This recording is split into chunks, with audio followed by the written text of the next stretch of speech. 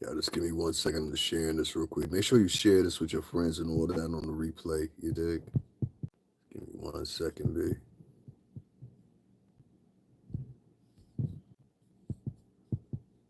Mm-hmm.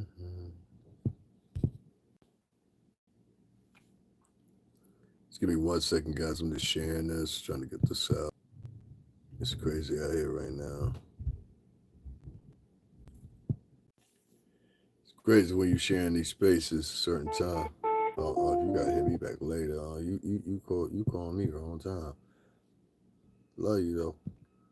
If you watching me, call my fan. I'm gonna call him back. I'll call you back, long. Trust me.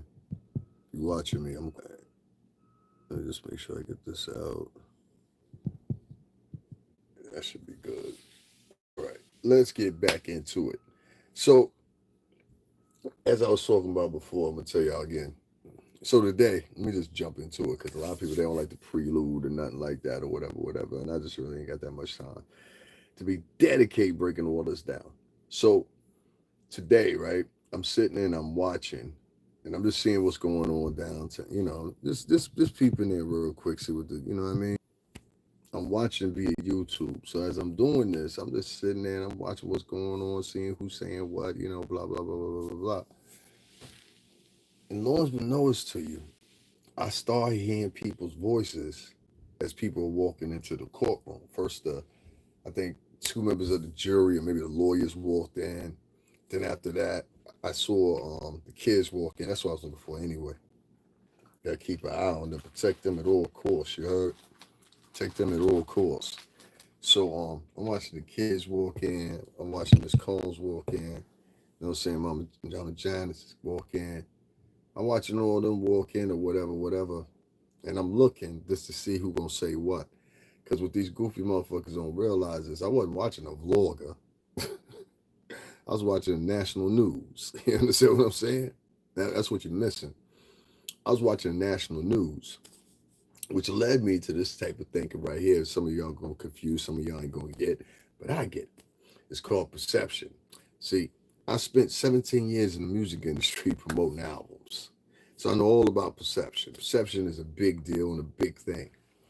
And what's happening with a lot of those bloggers down there, they are skewing the perception to the world of people of color. See, you think in the back of your mind that this trial is it doesn't exceed the perimeters of the United States. You're wrong. There are people down there from Germany, Japan, France, Brazil, all places across the world with major media reach, unlike your little YouTube channels. Yeah, we got 200,000 views. Okay, what else? This will give you a scope. The average small town in America holds at least 325 to 475,000 people. That's a small town. If you got only 200,000 to 125,000 views, it's not even a third of that town in that small town, just to give you the scope. You understand what I'm saying? So it's very quite different. Even if you get 10 million views, okay, you've now reached the city populace of New York City. You understand what I'm saying? Sometimes you can think that you're a little bit stronger than you actually are, but I digress. Anyway, these smart ass genius vloggers that are down there keep making one ongoing mistake. So I'm gonna help you out here, okay, kids? The mistake that y'all keep making is you start blurting out and you want to have these long conversations with many of you. I heard about four of you this morning, brown nose and then kissing ass. That was funny. Especially one particular one that's a lawyer. Well, says she's a lawyer anyway. Oh, you were really kissing ass, wasn't you? You want to be part of the crew, huh? It's not going to happen. In fact, I can almost guarantee that none of you motherfuckers going to get hired if that's what you think you're going to do because they don't hire people like you. No, they use people like you. This is New York. I know how this tri-state area operates. No, they use people like y'all. So anyway, long story short, I'm listening to these characters that are on the camera in the backdrop, and they don't even realize it because they're unprivy to their surroundings.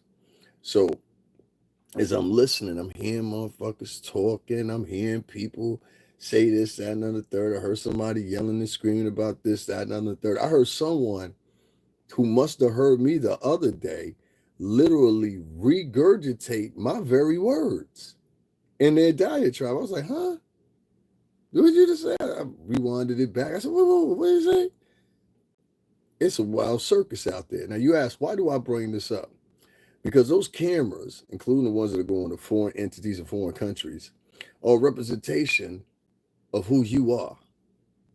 And it's also a preponderance of it's showing the world, well, in their perception anyway, because they're going to have negative perception based on all the yelling and screaming they get down there. There has to be order. There has to be order. There has to be order.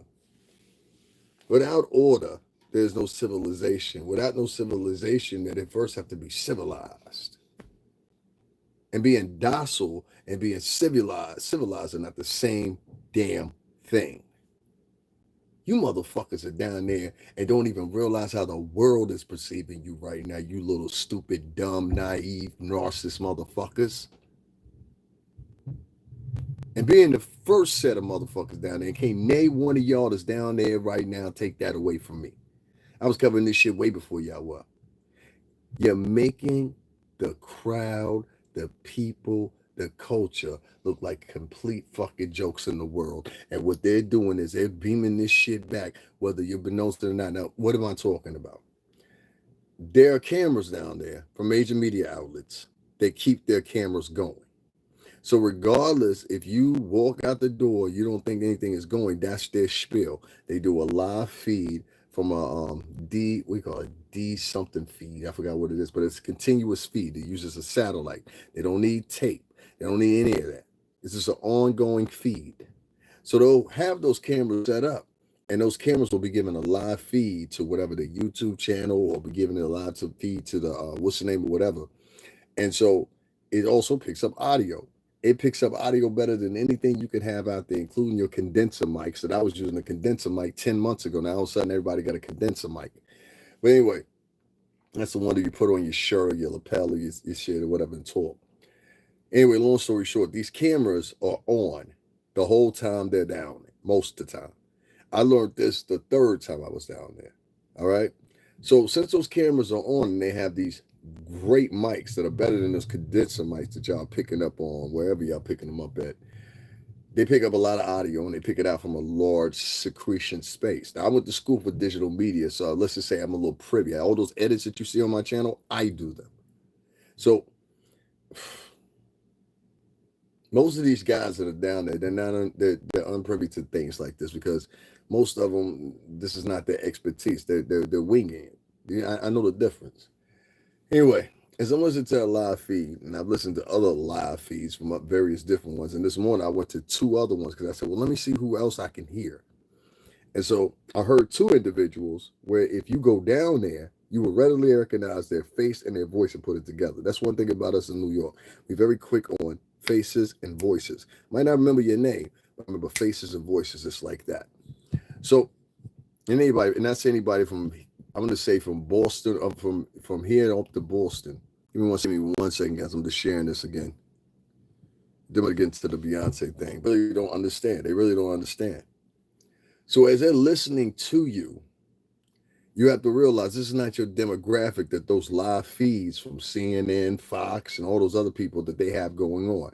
You have to understand that the demographic of people that's going over there, for all stakes and purposes, many of their crowds can't stand niggas. I know that hurts, but it's the truth. They don't like niggas.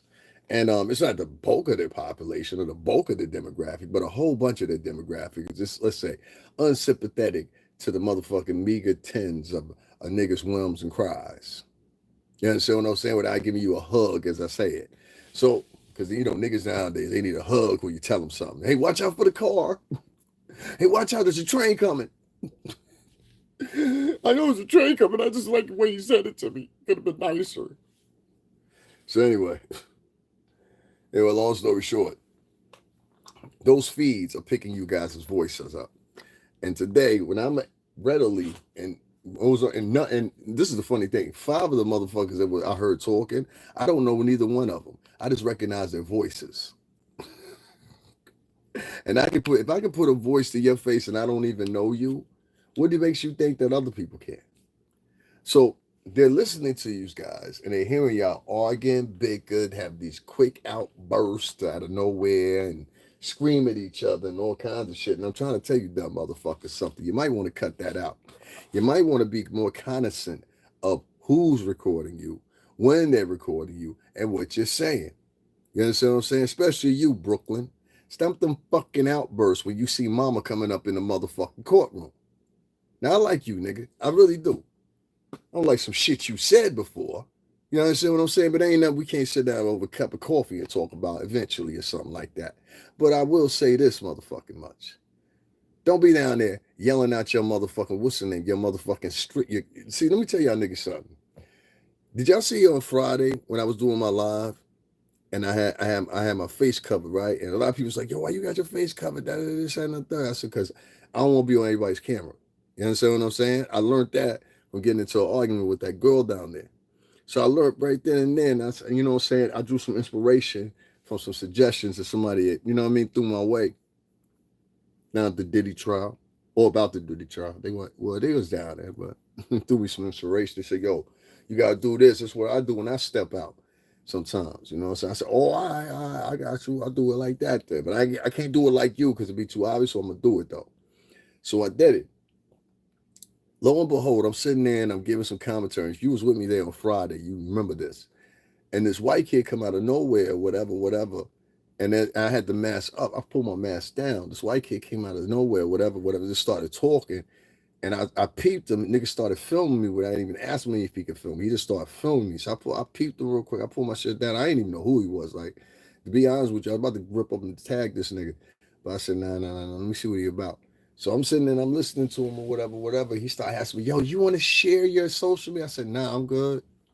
You know why I said, nah, I'm good? Because, one, for all I know, everybody that follow that nigga, or a good third that follow that nigga, it ain't got nothing to do with him being white. I live in an all-white state mostly. I live in Connecticut. No. I don't know who followed that motherfucker. I don't know what his diatribe is. I don't know who his still is. I don't know anything like that. And that's the problem down there. All of them are running to try to get in front of it. Let me tell y'all where y'all make a mistake, and this is why I have the attitude I have. All y'all down at the Diddy trial right now, y'all all running down there, and that's your intention, to be on somebody else's camera. Yeah, it is. Shut up. So y'all all want to be on somebody's camera. You all want somebody to know your handles or where to find you or whatever. But do y'all notice in the whole 8 months that I've been covering this before any of them people got down there? Do you ever notice I never be like, yo, make sure you make sure you follow me or hey, it's all right here. You get everything right here, whatever. And this is the God honest truth. I actually worked for Bad Boy Entertainment for 17 years. And this is basically why you get these people on here to try to deduce me. The same ones I'm trying to warn and put you on or something. I'm glad you did check out. I had 7 people check out when I said that. That's why I said they programmed. These are robots nowadays that you got. Knows when I said Bad Boy and then 7 of them dropped out. Well, I can prove what I'm talking about. I mean, shit, I done showed it a million times. I'm getting tired of it now. But I mean, if you need help, just put in my name and put in Daddy's House Recording Studio here on YouTube and then come back. All right? It'll be so. I ain't gonna be on here showing niggas pictures and shit like that all the fucking time. Just put my name in and put Daddy's House Records. They want you to bend on knee and join them, which is some con artist shit. Basically, like there's ultimatums out here on YouTube. And so many of these YouTubers that are down at that courthouse, they set up those provisions, believe it or not. So what I tell people is, and that means, oh, this person's pro Diddy, this person's this person's that. But at the same time, they're not making themselves inclusive of the factor of this. You still a nigga, even if you's a nigga with a whole bunch of views. You still's a nigga.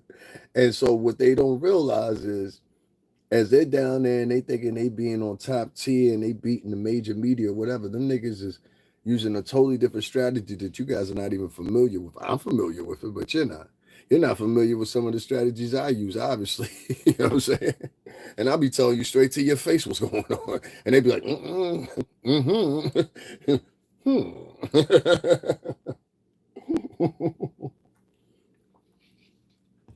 But hey, what do I know, right? I'm nobody. Anyway, long story short, like I was saying before, you got these guys that are down there in front of the cameras, and I heard you this morning. I heard every last one of you.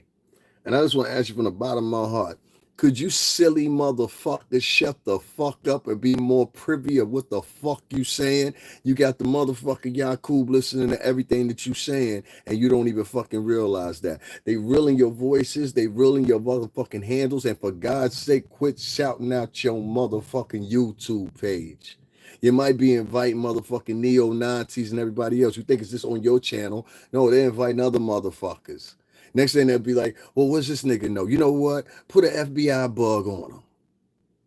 You know what? Let's do some surveillance over there of his project. Stop filming where the fuck you live at too, nigga. The fuck? Now I'm telling you that out of love.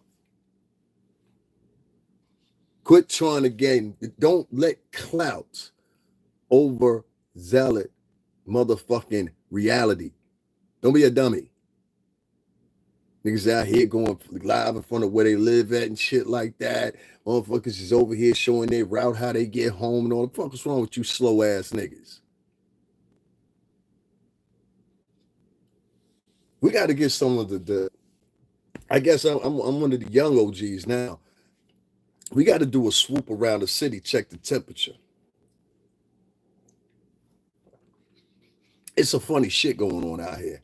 These niggas ready to risk it all for a couple followers, some cash apps, and some motherfucking subscribers. I say fuck them motherfuckers. The fuck they gonna do? If your ass motherfucking pass out tomorrow up in the hospital, you gonna see where your followers is at and where your reality meets where your followers is at. All right? Trust me on that one, boy. Trust me on that one. You're gonna find out very quickly them followers ain't shit compared to reality. But you keep on thinking what you want to think. These motherfuckers so dedicated. They're trying to please these followers and subscribers. And nevertheless, if you ain't on here talking shit about somebody, these motherfuckers don't want to do shit for you. But what I won't let y'all do is fuck up the space for New Yorkers. What I won't let y'all do is fuck up the space for upcoming vloggers that are younger than all of us. There will be the next batch of little motherfuckers is out there. Excuse me, I'm just looking for something. It'll be the next batch of whoever out there. I've already explained why I have frustration, not necessarily at Tisa Tells, but I do so at well, no, fuck that. I don't like that bitch. But I do have more of a problem with the people from major media that are trying to mix in with her for the altitude of pinning their narrative or what they think is good news and trying to get in good graces with the people again so they can garner and fluster motherfucking views for themselves because of your dwindling numbers. Or you think I didn't know? Let's take a trip. You want to take a trip, kids? Let's take a trip. This is what I was looking for. I was looking for my tablet. Let's take a trip. We're going, okay, kids, let's go on a field trip. We're going to Demographic Town, okay? Demographic Town. Let's go to Demographic Town, shall we? ABC. Let's start there, shall we? ABC's good for y'all? ABC's good for me too. Okay, ABC's.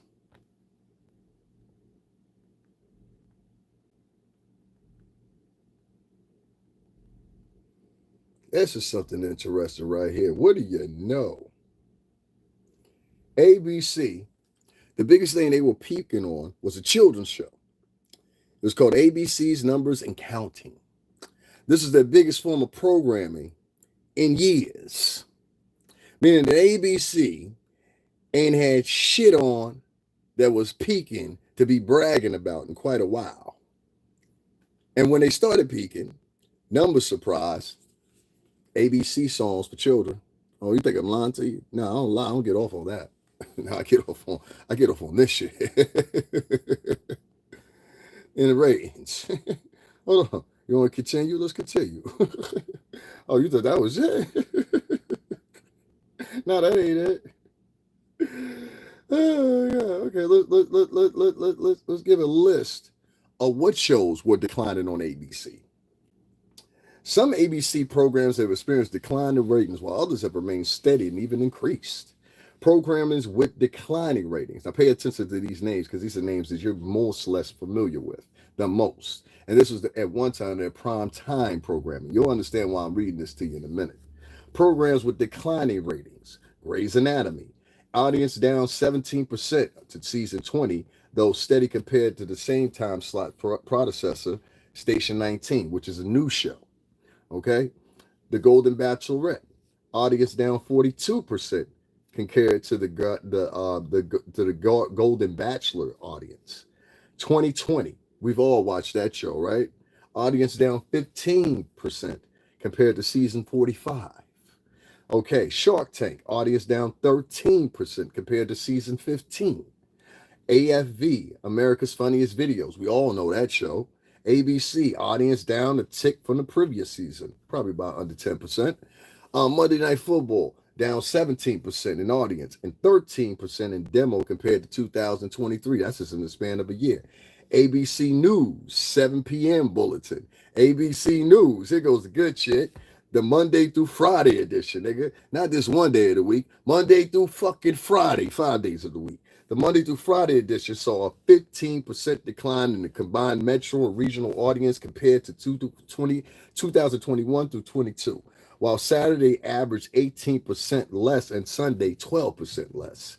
News Breakfast broadcast audience declined by 16% to 249,000 across the ABC TV and ABC Newscast simulcast. That means between two outlets that they were utilizing, these motherfuckers only saw 249,000 motherfucking views. You want me to continue? The View. Some reports suggested a decline in viewership, particularly following the election season. However, other reports indicate it remains top performing. NBA Draft. The first round of 2025 saw a 14.5% drop in audience compared to 2024. These are all ABC programming, okay? These are the only ones that rose and increased the ratings. Now, Saturday football, numbers doubled compared to fall 2023. High potential audience, plus 40%, plus time slot predecessor, Good Doctor, the second most watched TV new drama. 911, audience is steady compared to season 7, but that's a young show though, if it's only in season 7. Dancing with the Stars, okay, that's been on for a long time. Season 32, 23% demo, so they rose. Doctor's Odyssey, 3%. Albert Elementary, audience steady compared, that means it's under 10%. ABC World News Tonight, while it saw a decline in the week of March 24, 2025, it soon went across the board compared to the prior quarter, experiencing gains in both total views and also demo. It saw gains of total viewers plus 3%. That's under 10%. Nobody gives a shit. Will Trent, they're vastly exaggerating the winners. Long story short, the programming sucks. Okay. ABC was close third with 6.9 million followers. 6.9. All right. Now, this will put something in scope for you. I learned this in college. If y'all don't know the history of broadcasting, right? The history of broadcasting started out like this. There was two networks. They were radio networks, which you now today call terrestrial radio. There was the Red Blue Network and the Blue Network. ABC and CBS, the American Broadcaster System and the Central Broadcaster System.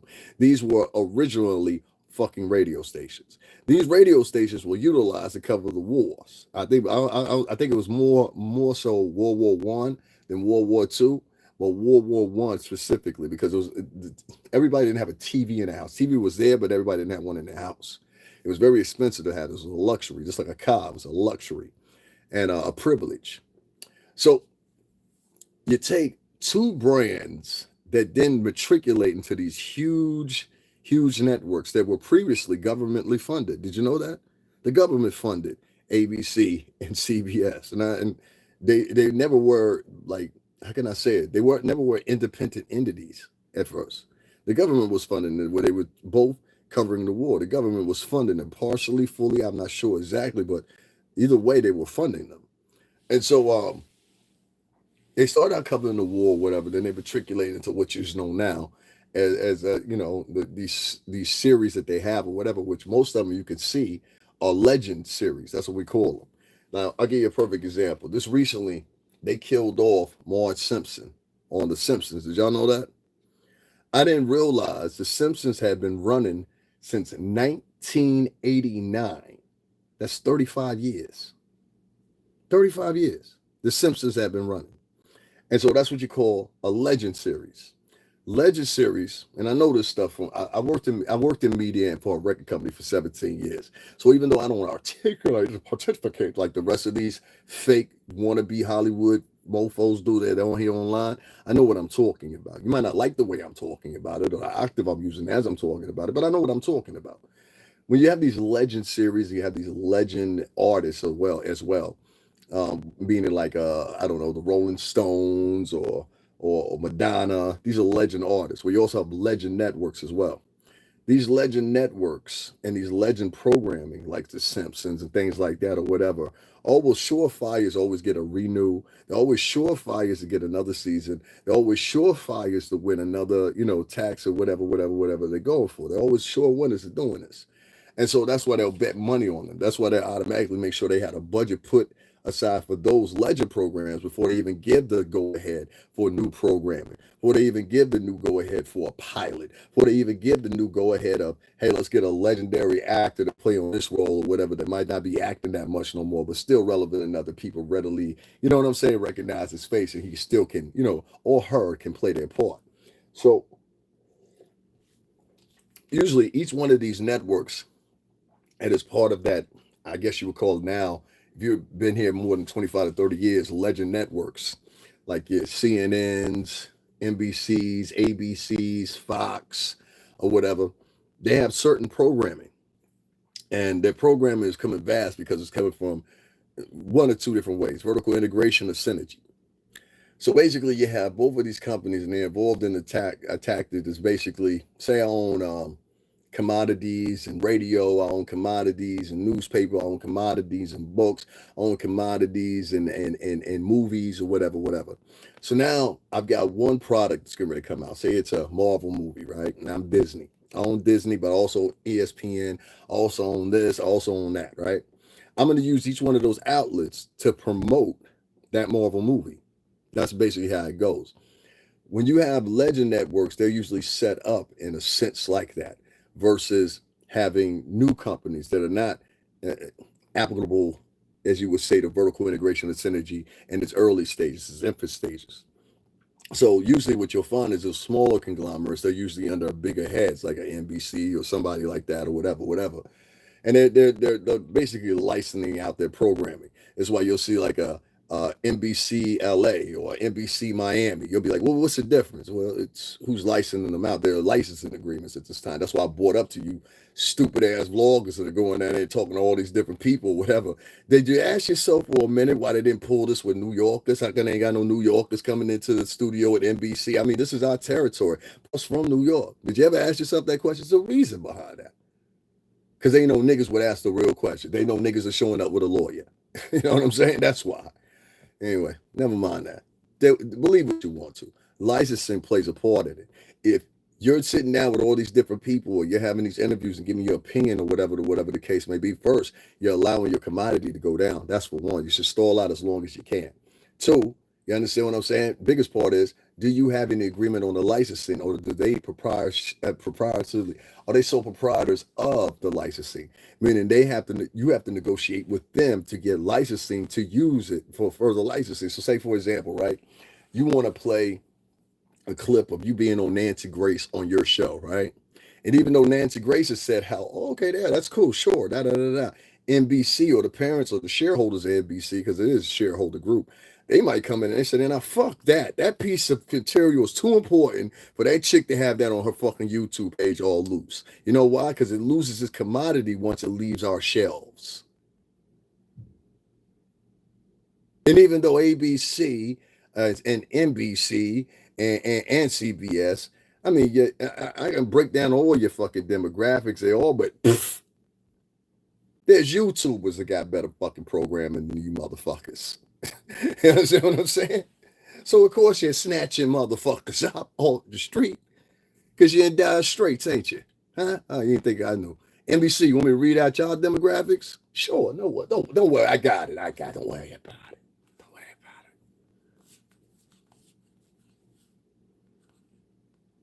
it. Let's read out NBC. Let's take a trip to NBC's demographics. Yeah.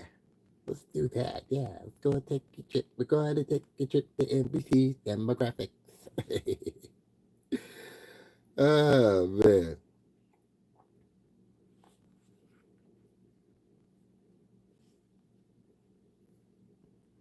And here we go. I want to get the detailed one. Once again, you'll hear the same thing mentioned. While facing overall declines in traditional broadcast viewership, NBC ranked second among broadcast networks with only 7.2 million viewers during the 2024 through 2025. 7.2 million. I'm going to say this for you again, okay? While facing overall declines in traditional broadcast viewership, NBC ranked second amongst broadcast networks with 7.2 million viewers during 2024 through 2025. Okay, based on Nielsen's multi-platform ratings, including broadcast on demand streaming viewership after 35 days, CBS took first place with 9.1 million, while ABC finished third with 6.9 million. Now, this is to put some things in perspective for you, right? Y'all listening? There's an African kid. He just got in some trouble this a little while ago because he was supposed to get on his plane to go home back to Africa or whatever. His name is Kobe. I think that's his name. Shout out to him, man. He's a dope dude or whatever. It's just a little mishap, and they got him where he was going through the embassy. He's a YouTuber, right?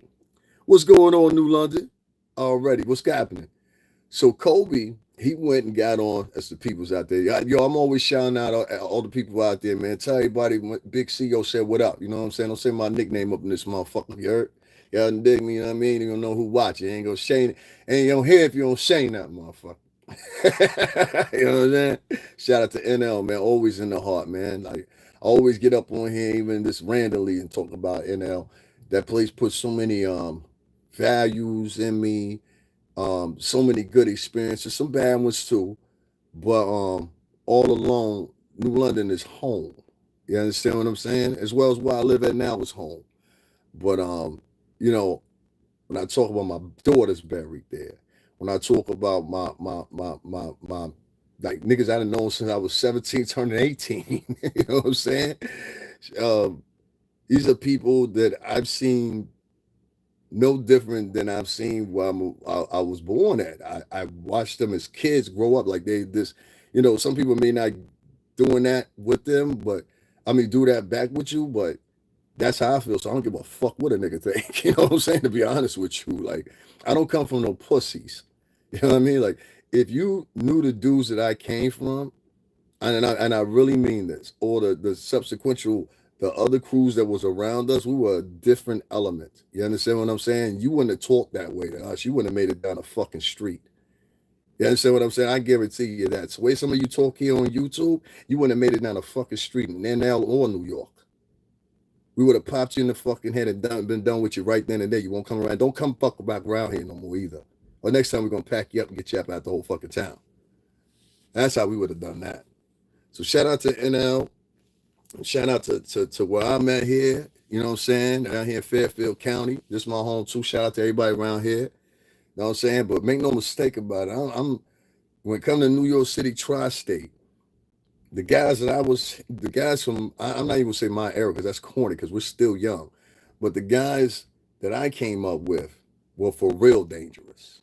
You understand what I'm saying? I'm talking about pistols, shooting at motherfuckers, making the newspapers, getting Rico and gang charges, all that shit. You talking about Puff, nigga? This is the first time Puff did some shit like this. If Puff had been 19 or 20, it might not have been no Bad Boy Records. This is shit I was doing when I was 17, 18, and 19 years old. I did jail time over it. I had a fucking bond of $250,000 fucking dollars. Don't talk to me. I was in the streets and did the business. So don't talk to me about shit. That's why I be telling people they come on here, I'd be like, who the fuck are you talking to? And then some people they get it fucked up and they be like, oh well, I remember you being so and fuck all that. Fuck all that. You can't be like I don't come from soft dudes. I don't. The guys I come from are from the Bronx, Mount Vernon, Queens, Harlem, and some stand-up guys. maybe the last batch of stand-up guys, to be quite honest with you, that did things the right way, the fair way, the honest fucking way. And you don't get that too much no more. You know what I'm saying? So yeah, man. Shout out to New London. Do you think Puff is getting acquitted? I don't know. I'll tell you to watch the show. I can't say that here. I don't know. Okay. But watch the show. We'll find out. Watch the show, Malik. Let me share this real quick. Just watch the show, y'all.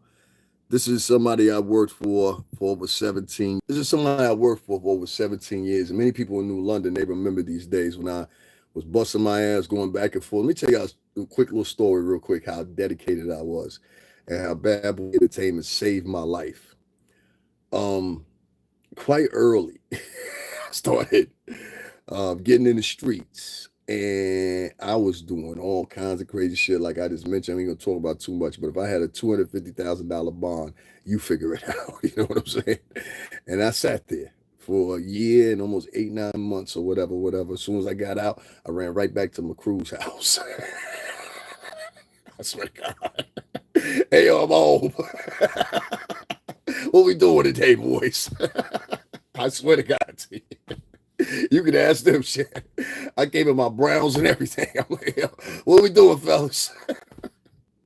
Pull right up, motherfucking on, bro. Yeah. Shout out to Brewer, man. What about bro? Yeah. Oh,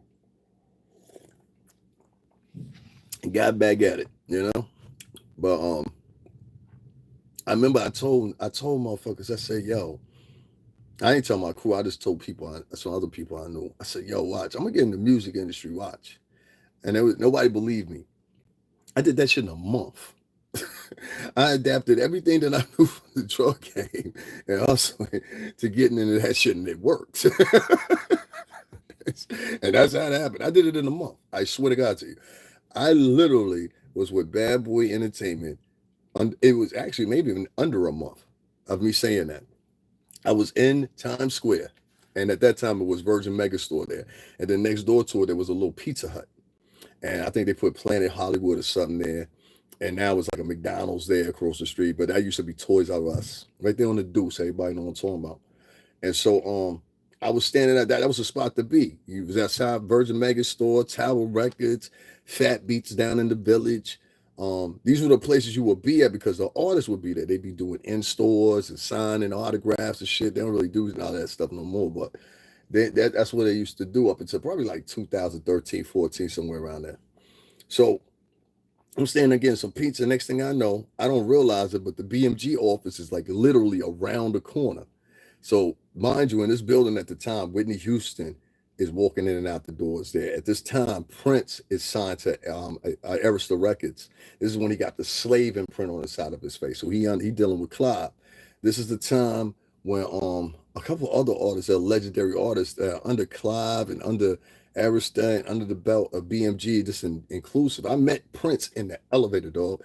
Like, it's one thing to meet Prince in passing, but if you go on, like the elevator go up to like the 16th floor, like our building was huge. It's one of the biggest buildings. The BMG building was one of the biggest buildings in Manhattan, point blank, period. So one day, they'd actually sent me down to the promo van to get something. And so whoever would have got on that elevator would have been on the elevator with Prince. And from what I understanding is, he wasn't even supposed to be catching that elevator. He just got on that elevator with his security guy. And so I get on the elevator, and the first thing I know, I'm looking at Prince, and I swear my hand for God, he said, all right, come on. He said it just like that. He said, all right, come on. I was like, what the fuck? And so I'm sitting there. I say to him, yo, I can't believe I'm meet you, da da da da da. And I had this little disposable camera at the time. They have these little disposable cameras. They used to sell them at Rite Aid, shit like that or whatever. I was like, yo, Prince, can you take a picture with me? He said the same shit. All right, come on. And I held the shit up and I took the picture or whatever. It was a great picture, all that shit or whatever. I went outside the building. They had pulled up and it was this big ass sign with his record art on the side of it. And it said slave and all that. And it had his face superimposed where they had written it on the side or whatever.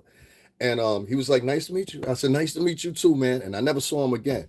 If I see him again, I'm gonna always remind him because there's no way he can forget that. But yeah, man. I met him. I never got to meet Whitney Houston or whatever. Whatever. The reason I'm saying all that is I don't come from no amateur background. You understand what I'm saying? So I find it hard that people they feel like they don't need to listen to me, or I'm not giving them enough gossip, or I'm not spilling the tea. That's not what I do. And another thing that I don't do is I don't sit. I just can't sit up under a motherfucker. You know, before I met my crew, my uncles and all of them, they military people. I tell y'all that all the time. I come from a military family with a couple exceptions out of Philly. And that's my grandfather. No, his family. My mom's side of the family, well, when you dealing with her mom and their sisters and all of them are quasi gangsters, meaning like they go to church on Sunday and everything, praise God, hamdulillah, you know, whatever, whatever, whatever. But they also got a pistol. You know what I'm saying? I was talking to my cousin the other day, and I was talking about something, and he was like, "Yo, Auntie got a pistol just like that." She was, I was like, "Yo, I bet she do," because all my uncles and them were in the military, so everybody knows how to shoot. Well, we know how to pivot. I know how to hold one. I know how to clean it, take it apart, all that shit. So, and they teach us this shit. You know what I'm saying? So, first time I fired a gun, I was 13 fucking years old. I fired with this hand right here, and I still have the scar to this day. And the chamber part got caught right there, cut this whole skin. It took my shit like a month and a half to heal up. I told my mother I was riding a bike and flipped over and caught my hand in the brakes. Then I go to see him in this lifetime. In the new order, you will be because he most likely be black because he believe in Jehovah and everlasting life. You're not going to see him in this lifetime in the new order. I don't know what the hell you're writing about, but I don't like esoteric people like that. So, my man, I'm gonna have to get you up out of here. I don't like people be talking like that and thinking they can announce God and all this stuff. I will. Thanks, State Boom. I appreciate it. Y'all make sure to hit up the Cash App too, man. I might do some traveling today. Y'all want us to do some traveling today? Let me know. Hit up the Cash App. You know what I'm saying? We get up, let's say we get $75 up in there. I think I'm worth $75. That's light work. We get $75 up in there, make some move. Back to the vloggers. You niggas have got to start being careful of what you're doing when you're sitting down there in front of that camera. You understand what I'm saying?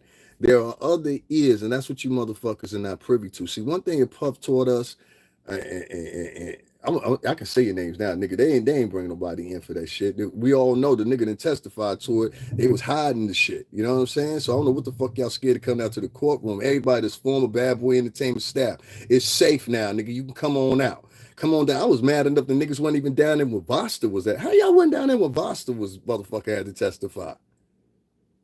All y'all motherfuckers know Vosta. And none of y'all went in there when she had to testify. That's fucked up, bro. That's why I said, Puff, if you do get off or you get a lower time or whatever, when you come home, don't fuck with none of them niggas. Don't fuck with none of them niggas. Everybody left you. Imagine, like, listen, I get on here and I joke every now and then. I say, okay, we're doing my tenure with the company or whatever, whatever. I was kind of mad because I was like, well, damn, nigga, you was kind of giving us nickels and crumbs and shit. But at the same time, you giving these bitches, yo, here go $10,000, here go $9,000. Bitch, want to get some new furniture? Here go 10,000. Yo, send some money through the Uber. Here go 200,000 for 100,000 for the video. Here go. I'm like, nigga, you got all this money to cover up the shit you doing with bitches. You got all this money to cover to send out to bitches, but niggas is catching the train at the end of the night right from your city. Come on, nigga. Come on. Just for the look of it, you should have been like, yo, listen, man, make sure all the niggas on the promotional team is nothing but like 20 of these niggas. Make sure every nigga gets $7,000 for Christmas. Some of these niggas was going home to families, bro. Do you realize that, Puff? Some of these niggas was going on. Listen, a lot of y'all gonna get mad at me. Fuck it. All right, tell me when you see me. But it got to be said. A lot of these guys were going home to fucking nothing. They're very different than I was. When I was going home to the fucking suburbs and sitting by the water. All right? Don't make me look like I was some fucking, yo, nigga, I was eating sugar sandwiches and shit. I wasn't that nigga. That wasn't me. But I've been in those situations. I've had court in them situations, and I'm respected in them situations. I'm hung in them situations 3, 4, 5 o'clock in the morning and respected over there because I'm myself. A lot of these kids were going home to the fucking projects. It's like I told y'all down there, what's the name of and before I even knew it, I said a lot of those guys is down there filming and girls are going back home to the projects.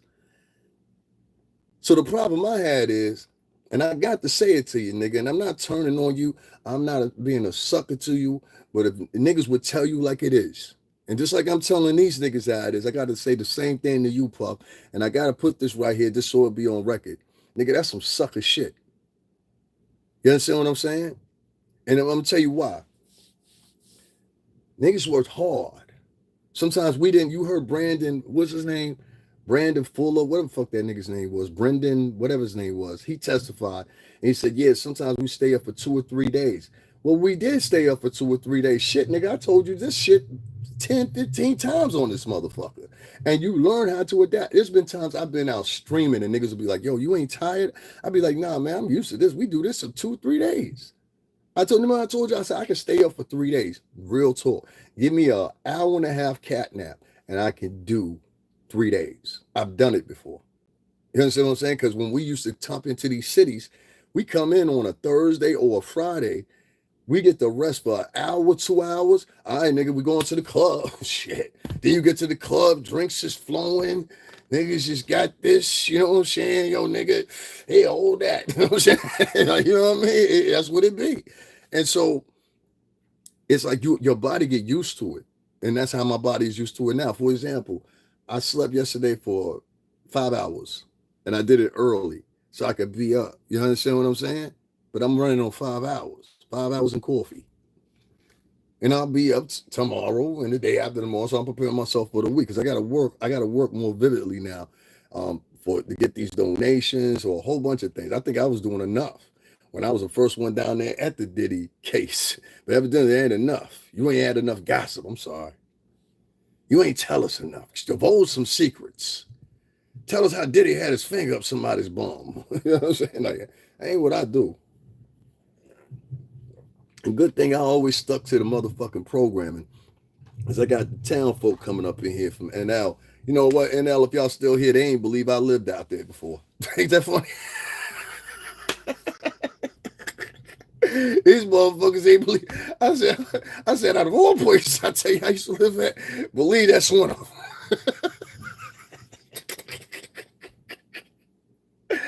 I said, man, they don't know. They don't. I still got a scar in the back of my head where I got hit in the back of at the bar with a bottle at this spot we call no, I ain't even say that. Shout out to Sam. Let me just say it like that. Shout out to Sam, but Sam's place. You know what I'm saying?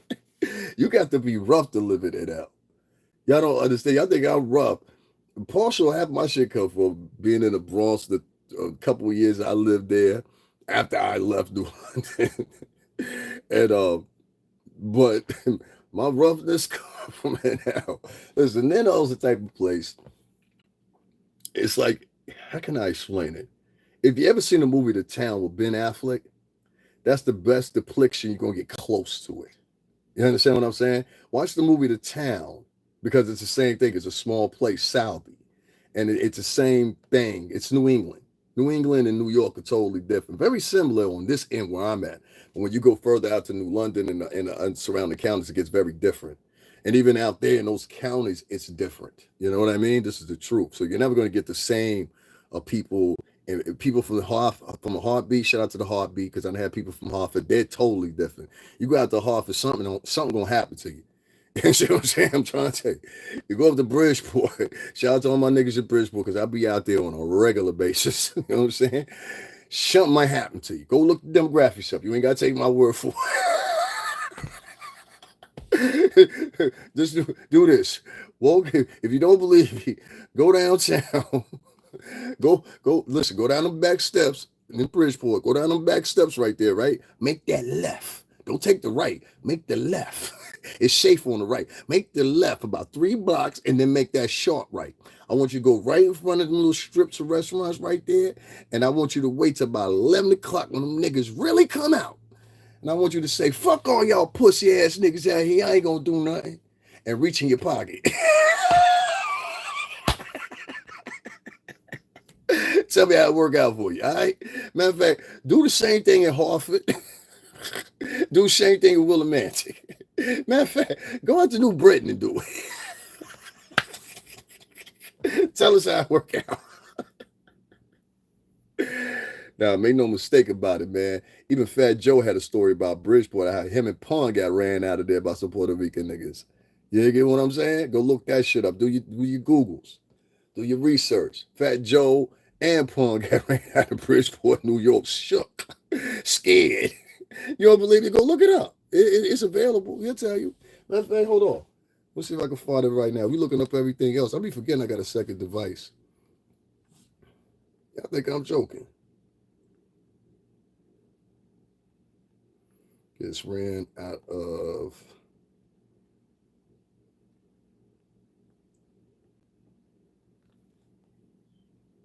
boom, came right up.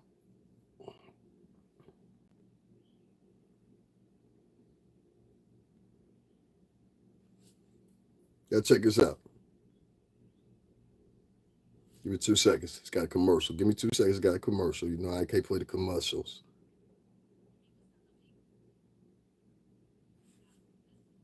Been in the game for 30 years. Fat Joe has stories to tell, but there's one. Hey, what's up? I'm A-Dub from DX Daily Podcast, and check this out. As a hip-hop vet who's been in the game for 30 years, Fat Joe has stories to tell, but there's one tale that might top them all. During a recent Instagram Live session, the Bronx, New York native recalled the time he and his Terror Squad collective almost got killed by mobsters in Connecticut. Joey Crack and Company's brush with death began when Big Pun invited them to perform at the Puerto Rican Day Parade in Bridgeport, although Pun didn't end up going himself.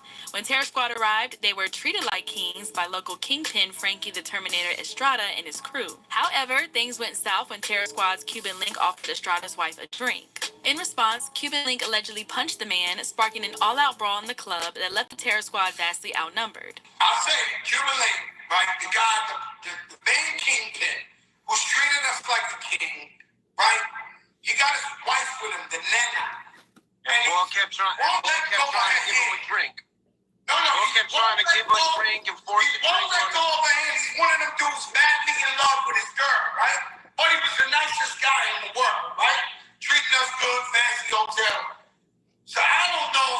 The guy accused Cuban of trying to fuck his girl. I think Cuban punched him in his face or something. He knocked him out. He punched him in the face, right? Knocked him out, and now set everything off. Now we go from Puerto Rican parade, we just performed, to 5,000 guys in the club jumping us.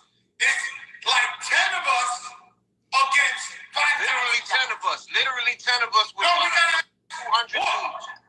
Listen to me. We got our whooped. Like, I mean, I don't know how we alive, right? Because we fought at the very least 1,000 people. The whole fucking club turned on us. Yeah, towards the end, they put 1,000 hammers on us. Those was the BMF of the air, like they ran this, right? So we fight everywhere I look. So, and we had the realest, don't say no names, but we had the best Terror Squad ass up off of there. Let's be admitted. We wasn't there with pussy guys. We was there with the realest we had. Nah, and everybody was fighting. And everywhere you look, we was getting stomped out. One dude, 20 on another dude. No, everybody got beat up. Everybody got beat up. Everybody. Like, everybody got beat up. The situation got even worse when Fat Joe turned around to see the kingpin pointing a gun at his chest. Fortunately for Fat Joe, the mobster's wife convinced her husband to let him go, and he eventually exited the club with help from fellow Terror Squad member Raul Conde, who had a gun on him. Joe claims the Bronx crew then used Raul's weapon to carjack 2 drivers and flee to safety back in New York. I open the door. This dude is standing in the trunk of a car. This is no exaggeration. Pulling out the silver gun. It was like 30 of the silver guns. 30 of them. Everybody had the same gun. Waiting for the gun. Yo, John, I'm sitting there and we had no care. It's a fact. This is Connecticut. This is Bridgeport. I don't know how we got here, but I'm going to say, now keep in mind, that wasn't Joe's people. That was somebody from Connecticut. Raul, that was pulling out the silver guns. Probably the same He had at Morris High School. I'm 22, right? At least he brought it, right? So he tells me to stand behind him. These guys have so many guns, right? So now it's Tony. Now it's everybody. Cuban, guess what? The whole line, it's like all 8 of us is online with Raul's 22, and we, stand on the line. Raul's trying to hold us down and say, we wind up carjacking the dude, right? I mean, say the truth. We carjacked the dude. We carjacked 2 dudes. We had to carjack 2 dudes. We carjacked 2 cars. Grabbed them out, boom, jumped in the wind. 100 record speed like Toyota Tercels, right? So we get the But this is a crazy story. What did you think about it? Let us know your thoughts in the comment section below. Make sure to hit that subscribe button and notification bell to stay up to date on all of our new videos. I can tell y'all, man, shit really happened. So yeah, shit really happened. That's why I said that was the first thing I thought about. I said, because I be out Bridgeport. Bridgeport is like that. So when y'all heard he said, next thing we know, somebody pulled up, it was his head, like 30 guns, just handed them out. I'm like, no, they wouldn't hand them out to Joe. He was handing them out to Will Smith. See, what y'all don't know is the first gun in America ever manufactured was actually here in Connecticut, the Nutmeg State in New Haven, Connecticut. And so they were the first gun manufacturers in the whole entire nation. And subsequently, throughout Connecticut, we had something like, I think it was upwards of like 40 to 50 something gun manufacturers. Many of them still here, like Mossberg Shotguns. Their headquarters is in Hartford, which is the state's capital. You have, I forgot, it's a few more of them that's left, but the Colt Revolver Company, they're closed. It's a historic site. I wish they wouldn't have closed it down. But anyway, long story short, this is the gun happy state. Very good. This is why the Bush family stayed here for so long, and then they exited only to go back to Texas, which is also a gun happy state. We have many of shooting ranges somewhere. I think it's like 70 plus shooting ranges all throughout the whole entire state or whatever. Very different from New York's laws, which are very shunned on gun laws, things like that. Just to give you a scope. So yeah, I always wanted to show that story about Fat Joe when it came up. I just didn't have the right time, and I said that's the perfect timing. I love this New York City tri-state area. I'm attached to it. As many of y'all know, my family, my great aunt and great uncle, and their whole family, Queens, New York. Shout out to Corona, and Jesus Christ, man, it's crazy how young I am, but how old I'm getting. You know what I mean? So anyway, back to what I was saying. I'm sorry I interrupted that to do that part of the story. I just thought I was interested talking about that. Oh, many times, even if somebody in here is not from CT or whatever, I'm always got something decent to say about Connecticut. I like this area. I'm used to this area. This area is home for me. I'm not a snob with it. You know what I mean? But man, fuck that. It's clean here. If you're getting the good graces of the right people, you can trust people here, and it's not too shabby. And I've got I'm plugging up something, y'all, so don't mind me. I got people here that I'm very fond of, that I've known for a very long time, and Jesus, multiple places in this state. You know what I'm saying? Because some of my friends are not aware of my other friends. You know how that goes. So, you know what I'm saying? But I've got some good people that I know in this state, so I never want to take that away from them or their shine. We say, do you think Pup is getting acquitted? Yeah, I'm not going to answer that. I'm trying to, man. So listen, back to the guys down at the, what's the name? This morning, if you guys don't know, I was listening to one of the live feeds. So what happens is you get multiple different news agencies down there, and they're down there recording at the Diddy trial or whatever. And so what happens is their feed picks up. It's a very extensive mic. These guys don't realize how extensive it goes. But when your condenser mics, those are the little mics you put on your lapel or whatever, I don't really need those. I was using them about a year ago. If y'all remember, I did this one up at about Jaguar Right, and I was using it because it was cold outside, and I was holding it in my hand. And people was asking, what is that? Reason I don't like using them, because they work off your Bluetooth, and it seemingly, if you're streaming, it's not a good idea unless you have your battery plugged up, or you want to do a short live. because it's eating your battery too. And me preferably, I think it makes more sense to just use my headphones. You understand what I'm saying? Instead of having this big ass thing up under your neck. If that's the case, I'll just use my goddamn headphones. You know what I mean? And my headphones are clear. So, and then I got an S24 by Samsung.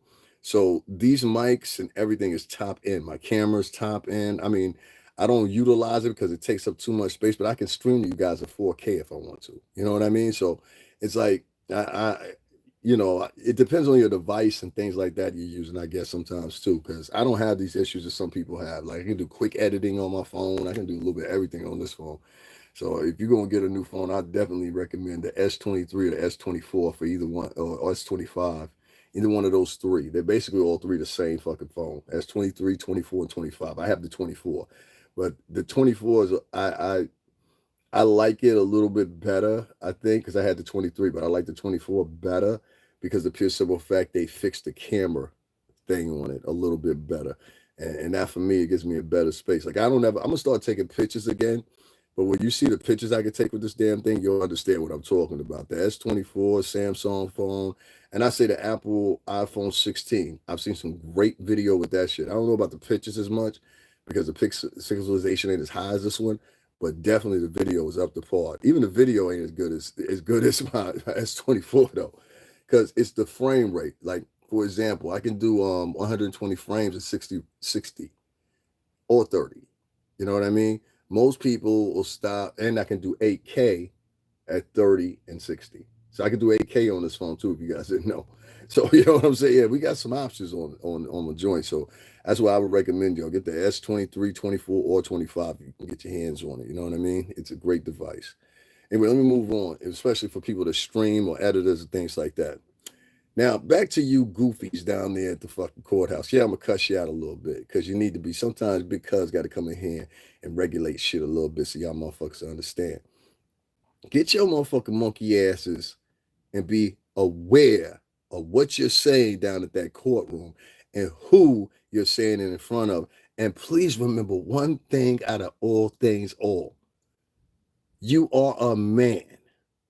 If you see one of the women down there, and she is doing something to interrupt, it is the job out of reputation for the rest of the men to back up whatever man says, all right, bitch, that's enough.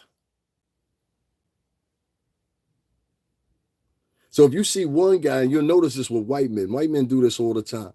You get one unruly white chick or whatever, you'll see a multitude of white men that'll come in, and the first thing they're going to do is try to cut it. All right, bitch, that's enough. That's enough. All right, Becky, calm down. That's enough. Jesus fucking Christ. What's wrong with you? You're acting like an animal. They'll calm it down real quick. Black dudes, they sometimes waiting to see how much is going to jump on. No. You take charge. That's what they want you to do. You want to impress these chicks, you got to take charge. And I'm not saying tell them to shut up, bitch. But what you need, and that's my style. But what you do need to do is this. If you hear some woman going around and she's talking about, yo, how did it feel to get urinated on? Like that girl said to Christian and what's her name, Combs yesterday. Or if you hear somebody say to Don Richard, hey, how big was his D? Or you hear that she's chasing around the girl from Law and Crime Network and that's a black woman as well or whatever. At some point or another, a man should intervene if the women won't. And the man should be backed up by other men of color. But instead, what happens in many of these occasions is the men will side with the hoe. Not the woman, not the lady, not the missus, the hoe. Because you have to be a whole bitch to be out there and have your whole breast exposed as kids walking back and forth up and down the street or whatever, trying to prove one of your points like she did with Myron Gaines, the same woman that I'm mentioning right now, who had to be blurred out of the video because she had exposed her breasts in public in front of the courthouse. And nobody locked this hoe up for indecent exposure or nothing. Hoes that ran amok out this motherfucker. So men, if you want to appear like you're the big OGs and, I'm the done daughter, the first thing you got to do, start checking your women. Some of them waiting for you to check them. Some of them don't even think you got the balls to check them. That's why a lot of these bitches, they can't stand me. But one thing I got from them is their motherfucking respect. I don't like that motherfucker, but one thing I give him, you ain't gonna rule that shit with him.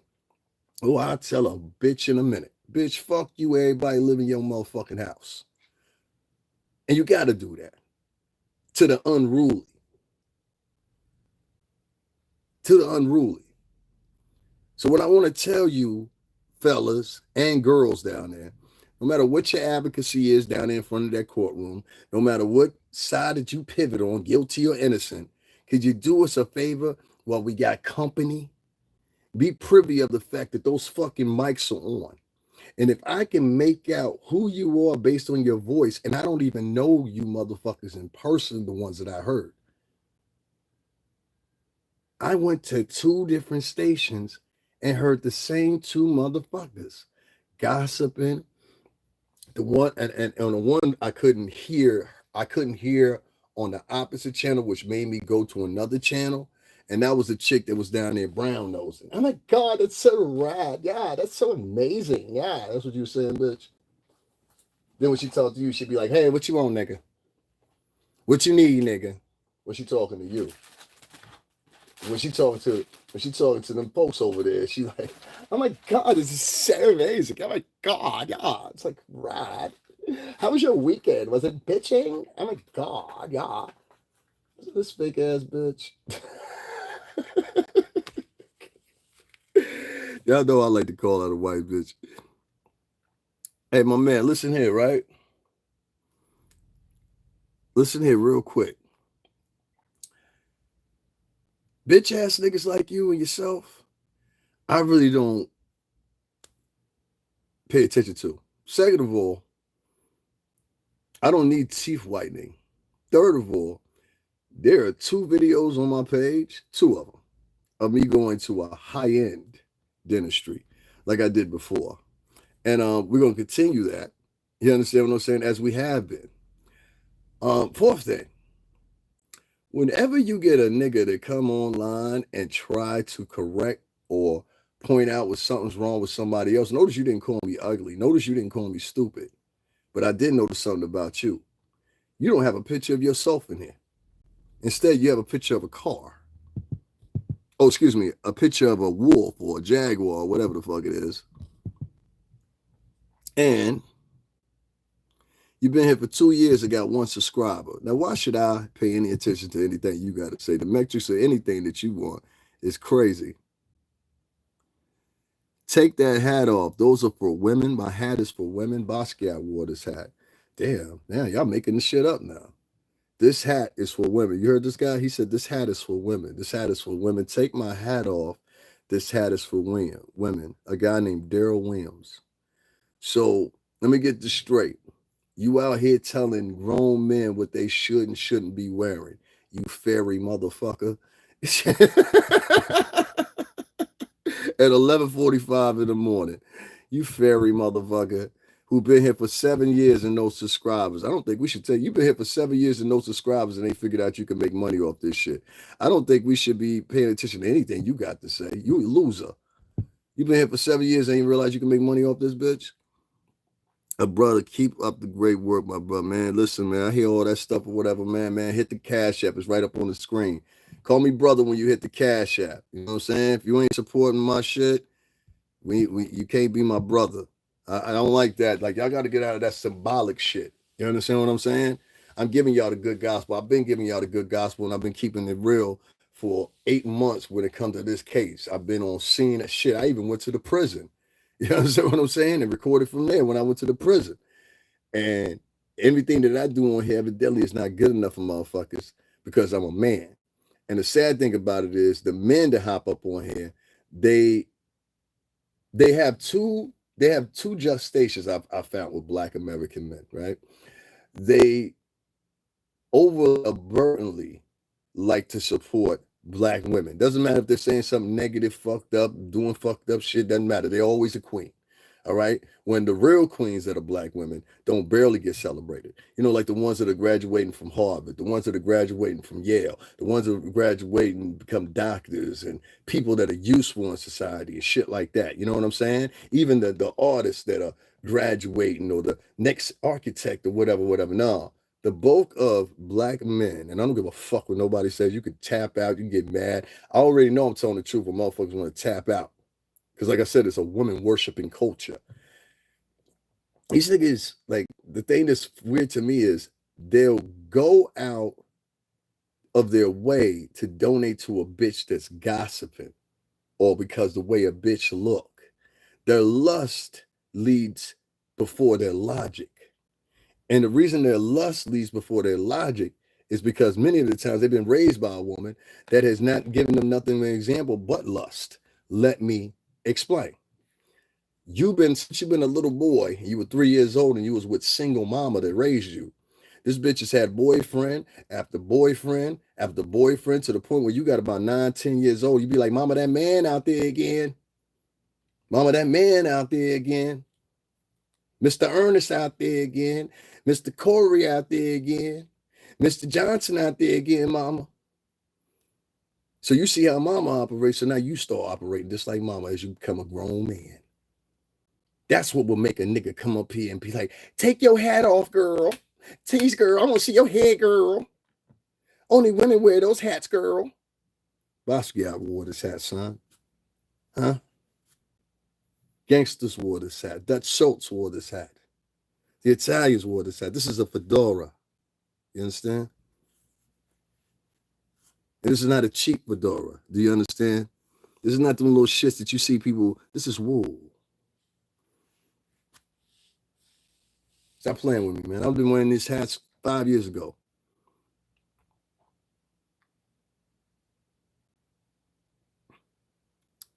Where'd you go to college? And where do you live at currently? And where'd you grow up? Answer those 3 questions for me. One thing I don't do, and I hate doing, and this is going to be insulting to some of you, my metrics are very different for intelligence than yours are. Your metrics for intelligence, and I find more urban people usually think this, that grew up in those environments heavily, they believe without a college degree and just their basic knowledge of things that they've seen in their circumference, and they never equate the things they haven't seen. They base that on their intellectual resonance in society. And it's everything but the truth. And what you find out is a lot of times you'll approach judges, you'll approach cops, you'll approach situations, you'll approach social media with the same thing. Your presumptuousness, and your presumptuousness more, in fact, on someone that you've never interacted with. Another thing I notice about Black Americans is this. When you call them out on something, instead of addressing, Latinos do this too, instead of addressing what you just called them out on, instead what they'll do is they'll counter by raising a question to you. It's a very slick tactic to get out of things. You understand what I'm saying? This is why I try to tell you, you got to be very careful of what type of Black American or what type of Latin American you're dealing with nowadays. Because a lot of these motherfuckers are on survival mode. They're not loyal to anything. And the only thing they're worried about, especially the men, is chasing after pussy. You understand what I'm saying? And when you got a motherfucker next to you, that the only thing they do and their driving force about everything is pussy, well, you know what type of drive that you're actually in. You know what I'm saying? So for me, yeah, they be on some real nasty work, G. You know what I'm saying? Real nasty work. No half-ass job market, dope is well known, and then why? Hey man, that's what's up, man. Hey man, you're gonna have to part my back though, man. You can stay here and everything, but I can't be reading no more of your comments. You ain't hitting the like button, you ain't donating. Like I had to get out of that mode because I be having a good gospel on here, and I can tell that you Black American. There's no disrespect or nothing like that, but I just don't fuck with too many Black Americans nowadays because they do a lot more talking than they do action. And the only time they come to action is when it comes to bitches. And the only reason they come to action when it comes to bitches is because they got an ulterior motive. So if I can't win with the bitches, then I'm just going to put the bitches on to what y'all niggas be doing. You understand what I'm saying? So ladies, pay attention to me. A lot of times when these niggas see, a lot of y'all get mad at niggas like me because I be telling y'all the truth and y'all don't like the way I talk about it, right? But a lot of y'all got a cousin that talk just like me, a brother that talk just like me, and you be mad with him too. But at the end of the day, you be like, damn, I don't like how he said it, but that nigga was dead ass right. Listen to me. A lot of these motherfuckers right now that are paying attention to this puff trial or whatever, they're only siding with you. Come on, Unc, you gotta stop. They're only siding with you for one reason and one reason only, right? And the reason they're siding with you is because they want something from you. A lot of these niggas are pussy driven. Do you understand what I'm saying here? They're pussy driven. And so what they do is they run around and they look for victims. The same way, I'll give you an example. There used to be niggas that would come to the club and literally, a lot of you girls don't know this. Hold on, let me share this real quick. Y'all talk about puffs of creep and everything like that, and maybe he ain't. But one thing I do know is I've seen creepy shit before. You ain't seen nothing until you seen a nigga get prepared to go out to the club, and the first thing he telling you is, "Yo, nigga, I'm touching something tonight. I'm getting something tonight." And sometimes you can be around, and guys know this. Sometimes you can be around guys. All guy friends got that one guy friend that's a little bit just too perverted in his voice, or a little too perverted in his statements, or like you watch him approach a chick. And you be like, yo, this nigga doing too much. Like, you ain't even got to do it like that. Like, these ain't even them type of chicks. You know what I'm saying? Or a nigga that got the same approach for all women. That's the worst type of nigga to be around. Like, watch for niggas that got the same approach with all women. You can't approach all women the same way. That's what makes the difference between the thots, the hoes, and the ladies. You can't even approach thots and hoes the same way.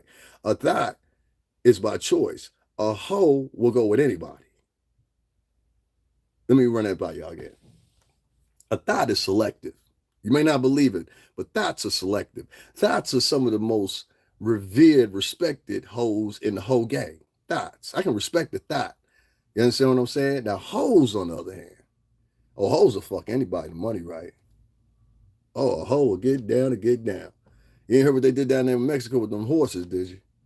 You ain't hear about what they do over there in Dubai for 50 grand, man. You could sit one on the chick chest. That's what they said. Now I'm a nigga now, right? I don't think so, nigga. Now I'm a nigga. First I was your brother, now I'm a nigga. See what I told y'all? Y'all watch that fake pro-black shit. All right, Azil, take care of yourself. First he was calling me brother, and then it went from brother and it turned into nigga. I did that on purpose so he could just show who the real him was. And now I know who the real you are. I know that you always would have had the potential, if you sat here on my channel, to turn on me at the very given moment. Thank you for showing who you really fucking are. Thanks for showing who you really are. And let me show these people how niggas think. Niggas are, let me tell you something. Ain't no more motherfucking bigger bye-bye. Ain't no bigger manipulator. That nigga been here all this time watching me, kept writing stuff in the channel. You see how his feminine ass kept on wanting to get engaged. He was getting ready to write something else too. Did y'all see that? His feminine ass wanted to keep on engaging with me. Did you see that? Now I'm a stranger to this man. This man don't know me, but you notice his feminine energy. He started acting just like a bitch. That's what bitches do in my chat. Bitches that don't like me in my chat, they'll write nice little comments at first, and then as soon as you put that test to their chin, the real them comes out. You know who I do that with? I do that with bitches I come in contact with. You want to find out who a bitch really is and quick? Get that bitch mad. Y'all ain't hear me, huh?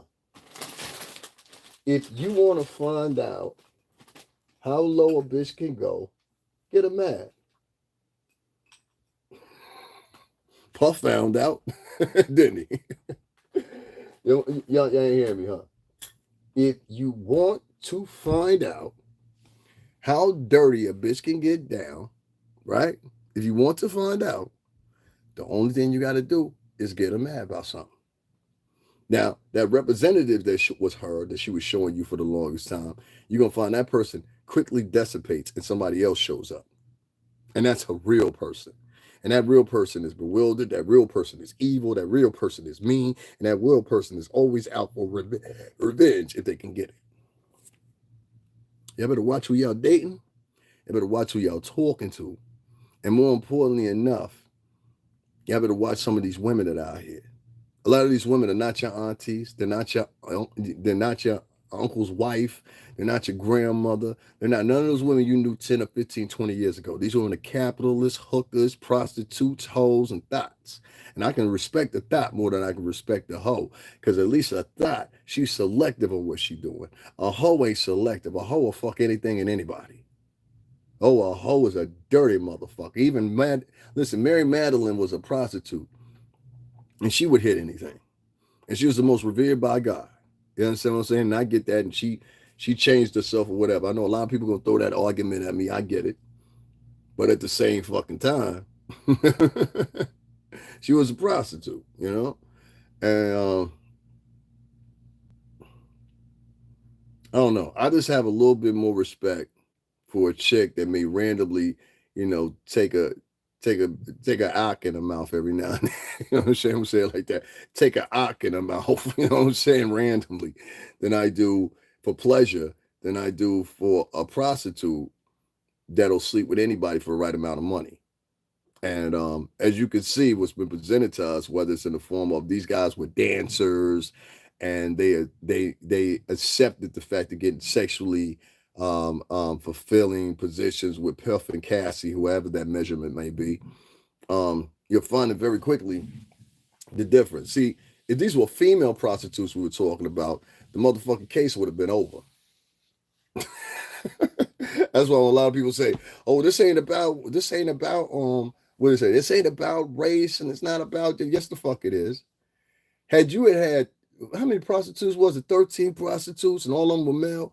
If you would have had 13 prostitutes and all of them had vajays and all of them were pretty, you know what I'm saying? Even if four of them was ugly, out of the 13, 15, however many motherfuckers testify, I forgot how many it was, but it was like 13 prostitutes or something like that.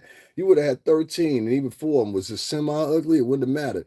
It would have brought the motherfucking, what's the name, the sentence to Puff's jail cell.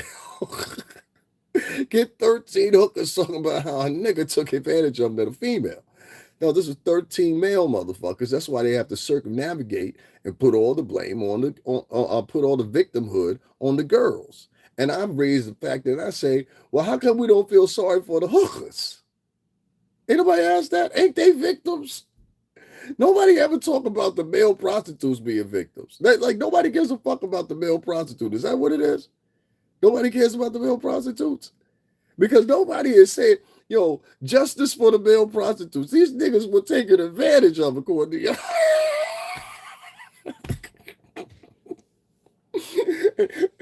But the only thing you'll hear is Cassie. Well, how about what's that nigga's name? The Punisher. Well, how about the Punisher? What about his pay? Does anybody care about the Punisher and how he feels when he's taken advantage of? Poor Punisher.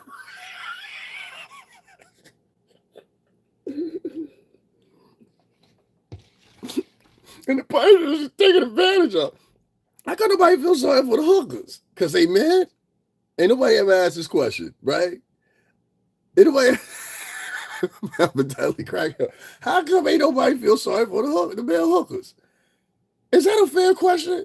You ain't heard one motherfucking bitch come out and say, yo, no, it's terrible what happened to those male hookers and how they were taking advantage of. Even doing closing arguments, they ain't even say that about the male hookers. Like, if I was the prosecutor, I would have been, these poor male hookers, how they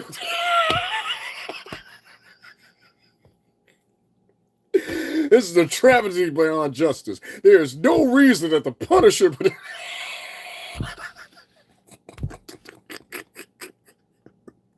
Yo, it's fucked up out here, so I'm trying to tell you. I'm trying to tell you.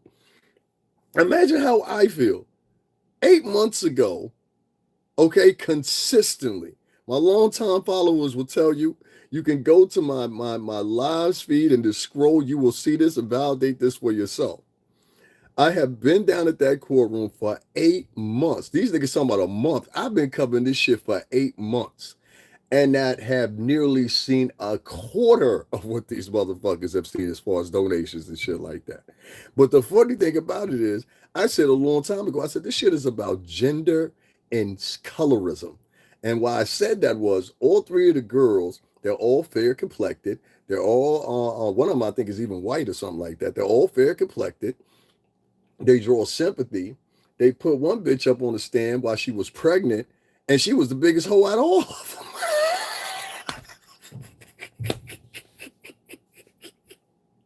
I'm sorry, I mean that respectfully. But you was hoeing more than that. Now I'm gonna say you was starting because you ain't a damn. Cassie put me in a tight bind right there. Y'all write in the chat, was Cassie a thought or a hoe? I gotta put T for thought, P for H for a hoe. You know what I'm saying? We got to get down to the bottom of it. You know what I'm saying? Because there's a difference. I can respect a woman that just want to get her rocks off. Like, I can meet a chick randomly or know her. You understand what I'm saying? And I can determine, oh, you just want to get fucked. You ain't trying to fall in love, nothing like that. I can work with that. You know what I'm saying? Because a lot of times, most of the time, when you get the D over here, you know what I'm saying? Over here, the services. That's what I call shit. The services. You know what I'm saying? The services. But yeah, you gonna want to come back. You know what I'm saying? I got a 100% success rate factory. You know what I'm saying? You know what I'm saying?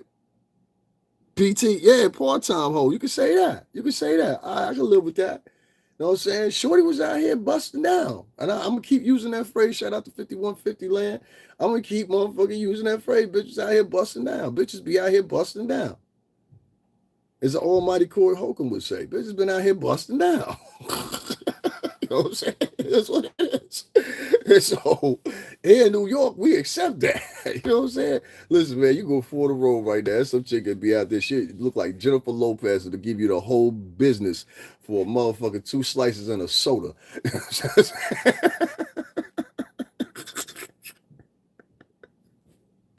Right there is a chick in Brooklyn that look like motherfucking Nicki Minaj. That'll go to dishes with you for some roti and cocoa bread.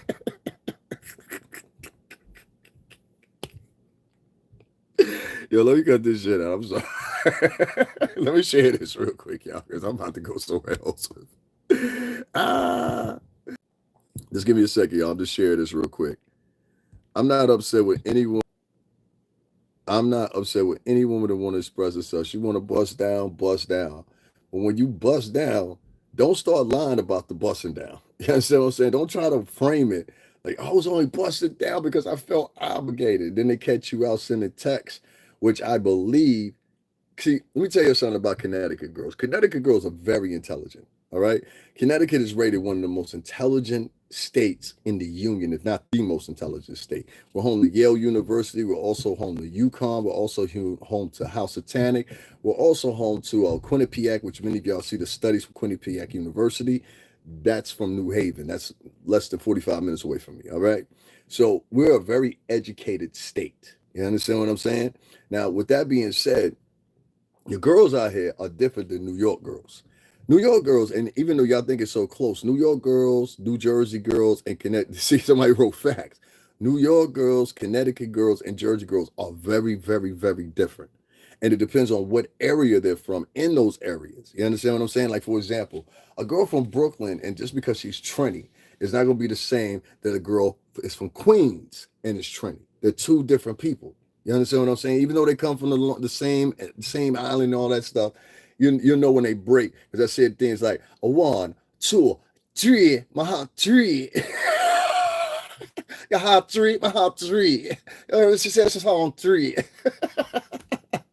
Say it again, Duchess. What I said, 3. You gotta live in the boroughs, understand that shit. She said 3. My heart 3. 3. Anyway, they're 2 totally different people. That's my point. 2 totally different personalities, everything. You take a Jersey girl and a New York girl, you put them bitches in the room, they might kill each other. I ain't even hold you. That's how different their personalities are. Now, when it comes to New York girls and Connecticut girls, they seemingly get along. You understand what I'm saying? The Jersey girls and New York girls, it depends on what borough they're from. I find girls from the Bronx and girls from and it depend on where in Harlem can get along with Jersey flow, if that makes sense to you or whatever. But the women are totally different. So the girls here in Connecticut, they're very much bent on education. You understand what I'm saying? Not to say New York and Jersey girls aren't, but not to the degree up here. And it's obvious when you get here. The octave, the living situation. I mean, it's obvious. I mean, even if, for example, even if you're smart in New York, you usually have a connotation of something that lets people know that you're from a rough upbringing. It might be in your personality. It might be in the way you talk or whatever. And people will use that as a catalyst to say that you're unintelligent. You understand what I'm saying? But that really doesn't mean anything. that's what you have when you're dealing with the girls. Not much so with the guys, but with the girls, definitely. Because girls, they kind of lean off that, their education and things like that, or whatever, whatever. But it really takes a toll on the currency of who you are socially as you're being reared. And that's the one for me. Like, I'll ask a person, I'll be like, yo, where'd you grow up at? That's always my first question. Where did you grow up at? And then the second thing, because I'm trying to understand what kind of answers you're going to give me based on where you grew up at. Now, I'm not always right, but I got a good, I would say 83% margin rate, and I'm pretty much right off the top. It's dangerous, man. It's dangerous to think that way. You can't pretend your way through life. I see people from the islands do this all the time. You grew up in the Pueblo, my nigga. What do you know about where these people grew up at? You see what I'm saying? So we get into conversations like this all the time when we talk about things like this, and we have to start putting it in perspective. If you didn't grow up in these rural areas or you've never lived in rural areas, please stop trying to imitate and emulate people from rural areas while doing thottery, hoe shit, or whatever. They got their own batch of hoes. You understand what I'm saying? Like, we got a whole branch of suburban hoes out here. We trying to get rid of them bitches. You know what I'm saying? We don't need to import hoes. You understand what I'm saying? So I'm just playing. But anyway, long story short, fellas, watch the women that you donate to. Watch the women that you support. Watch the women that you try to make friends with. Watch the women that you try to jump in front of their cameras. Watch the women that you try to interact with nowadays. And most importantly, whether win, lose, or draw with this Diddy thing, what I want you all to do as men, I want you to go back, retrace the steps, and look at this shit, right, for what it is.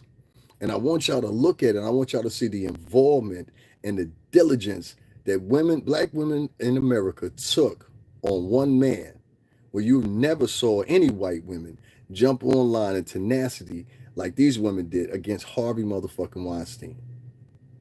Against the guy that's the CEO from over there in Abercrombie and Fitch. They didn't fucking forgot about him. The four brothers they got arrested down in Florida, but did their whole dirt up here in New York City, taking advantage of women. We all know what Harvey Weinstein did. You hear any white women rally up when Harvey Weinstein no, David Lewis had to tell you that he got a mistrial, and niggas still won't pick it up and talk about it. Well, I don't want to talk about Harvey. My center right now is all the things Diddy. What's going on, Stanford? What you on the check-in, Fairfield? What's happening? 203 shit. Thank you. I appreciate it. They didn't take his money. They didn't take whose money? Oh, yeah, they didn't take Harvey Weinstein. Let me tell you, it was the Weinstein brothers. And I believe the brother been knowing what the fuck he was doing, if you ask me. You know what I'm saying? He said, hey, hold that. Now, I went in front of you're not getting me. I went to the courthouse in front of the court. It's on the train. It's on here. I went to the courthouse and talked about this motherfucker. That's what I went to the courthouse and talked about this. That's what they talk about on here on my page.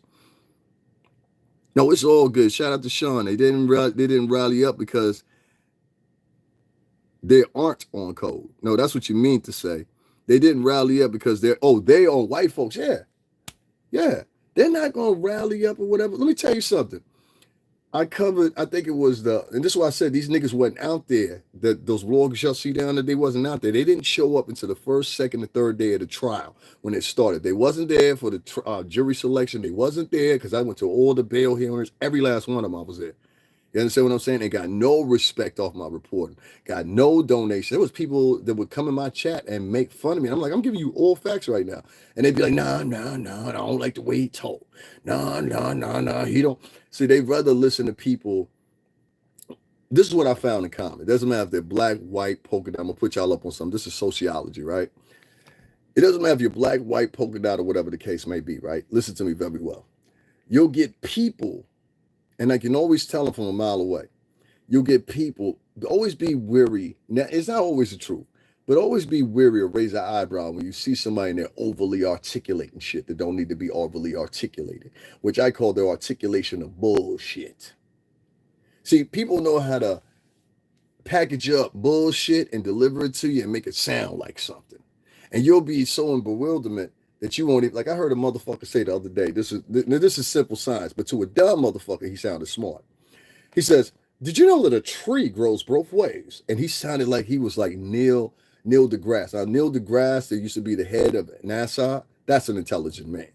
That's somebody you learn something from. Neil deGrasse, he's a black man, he used to be the leader of NASA. This motherfucker that he was talking to was a Neil deGrasse wannabe. And he says to this other black guy, do you know that a tree grows both ways? I said, this is shit from like fifth fucking grade. Of course we know that. The tree's roots grow down deep from almost, in some cases, a mile, and the tree grows upwards. Who the fuck doesn't know that?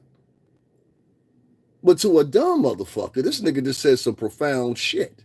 You understand what I'm saying? Ooh. See how minds differ depending on how you were reared and what you've been associated with and what you've been, I don't know, what's the best word to say? What's been given to you to see? See, you're only a subtotal of the culmination of your life's experiences thus far. What do I mean by that? Meaning that there's things out there that I may not know that I got to figure out, or I haven't had the experience to figure out, or haven't been in the circumference of people to figure it out. This is the same thing that happens when you get a lot of these people that they pick their moments they want to be civilized. You see what I'm saying? Let me give you an example. If you get one-on-one with most of those vloggers that are down there at the courthouse right now, most of them are fairly decent people, okay?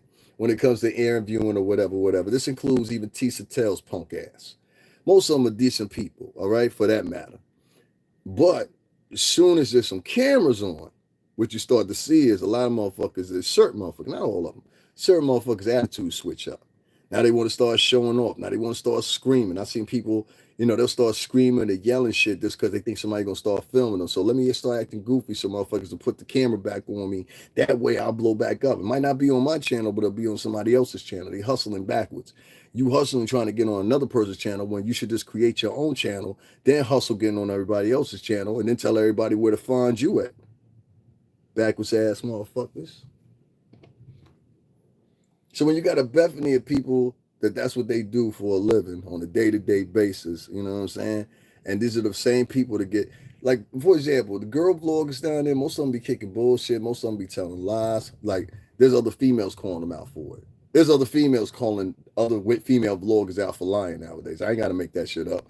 So you'll get these females that'll get down there and they'll be telling blatant lies. And what you'll notice is a shitload of girls will just be giving dollar after dollar after dollar. There are girls that have made thousands of dollars, and they doing it they do this on purpose. They'll tell their audiences, and I've heard this now about 5 different bloggers. They'll tell their audiences, don't donate to this guy. He's a Diddy supporter. They even got the white vloggers that agree with them doing the same thing. Popcorn Planet dude. I heard him and the girl he got over there. Oh, is he a Diddy supporter? He wasn't talking about me. He was just talking about somebody who was in the chat room. I already knew this is how they think. What's going on? So I would hear that from them. I heard that from the false witness bitch. The bitch that looked like a Muppet, the girl in the Muppet Baby Band. The girl in the Muppet Baby Band? I mean, not the Muppet Baby, the Muppet Band that played the guitar. She had that big lips. Like, that bitch. She looked just like that bitch. I swear to God on my mama. You know what I'm saying? Fuck that bitch too, because she tried to do, she one of them users too. I ain't got to like what Tisa Tells do, but at the same time, I can say this much. You girls got to watch, and this is why I read those demographics about ABC. ABC is 3rd in motherfucking ratings right now. They suck. I know people here on YouTube that got more than 7.2 million motherfucking followers and views. And just because you got 7.2 million, ABC has 7.2 million followers. Out of that 7.2 million, what they're not telling you is only a 1/3 of that audience is actually tuning in. So even though you have 7.9, in reality, you're probably averaging somewhere between 2.7 and 3.4 tuning in out of that 7. Same thing with me. I'm only seeing a 1/3 of my audience showing up here. On every given night, I can guarantee you, with their programming, there's not 7.2 million people sitting there halted in the seat for their mostly legend programming that is failing. All the shows that I read earlier were legend programs that were failing, meaning they should already have established audiences. Now, what's happening is the audiences is getting older, and the tradition of the show is not being passed on to the children. So, like before, we used to watch shows, and then like you would get grandfathered into the same show. Let me give you an example, right? I used to watch a show called what the fuck was it called? When I was growing up. Uh, uh, uh, um, oh, moving on up, moving on up. The Jeffersons. We used to watch reruns of that shit growing up. I'm too young to watch the original program of it. I don't even think I was born. But anyway, long story short, everybody's watched like the reruns of it. So we used to watch the reruns of it or whatever, just like everybody else did or whatever, whatever. And then like what would happen is now your kids are watching it. You know what I'm saying? Or if you're Latino, Super Sabado Sensacional. You know what I mean? If you grew up watching Super Sabado, then you know, like, you know what I'm saying? You're gonna watch it as you get older. You get grandfathered into these programs. Now that the existence of most of these programming, it don't last outside of 2 or 3 seasons before everybody get bored with it because their attention span is so short due to the pressure of ease and internet and everything like that. You can go on my internet right now and pull up any show from the 70s, 80s, 90s, whenever. You know what I mean? And don't have any obligation to go back and watch it again. That used to be what traditional programming did when the internet saturation and utilization didn't exist as it exists today. You could allow yourself to do a show and not have to really worry about not producing more than 1 show, 2 shows, 3 shows, or whatever in sequential. You could have more time to add dialogue and take more, you know what I mean, time to structure the interaction between characters and things like that. Now, today, it's all about service and demand and quickly. You understand what I'm saying? The easy of everything. Everything is at ease for us. Uber Eats as ease. You understand what I'm saying? I don't have to actually go to the restaurant now. Going on YouTube, that's ease. I don't actually have to wait for the program to come on next Thursday or Friday. So as time progresses, what you started to see with the utilization of these other apps is people are not interested per se anymore in legend programming, nor are they grandfathering into their kids, nephews, cousins, or whatever, which used to be a big part of society. You guys know exactly what I'm fucking talking about. Black, white, polka dot, indifferent. You all know what I'm talking about. You all had one show that you watched when you growed up. You understand what I'm saying? My other show used to be what was that show called 227? You understand what I'm saying? I started watching that after I was watching growing up the fucking the Jeffersons, because I remember the character. I don't know if y'all get the segue or not. You don't have that anymore. These people are disposable now. The week before last, you had Sly from Sly and the Family Stone. Elrod, I forgot what his name was. He was the one.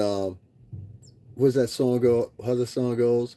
Follow me, follow me, follow me, follow me. He tells your mom what's going on. He died.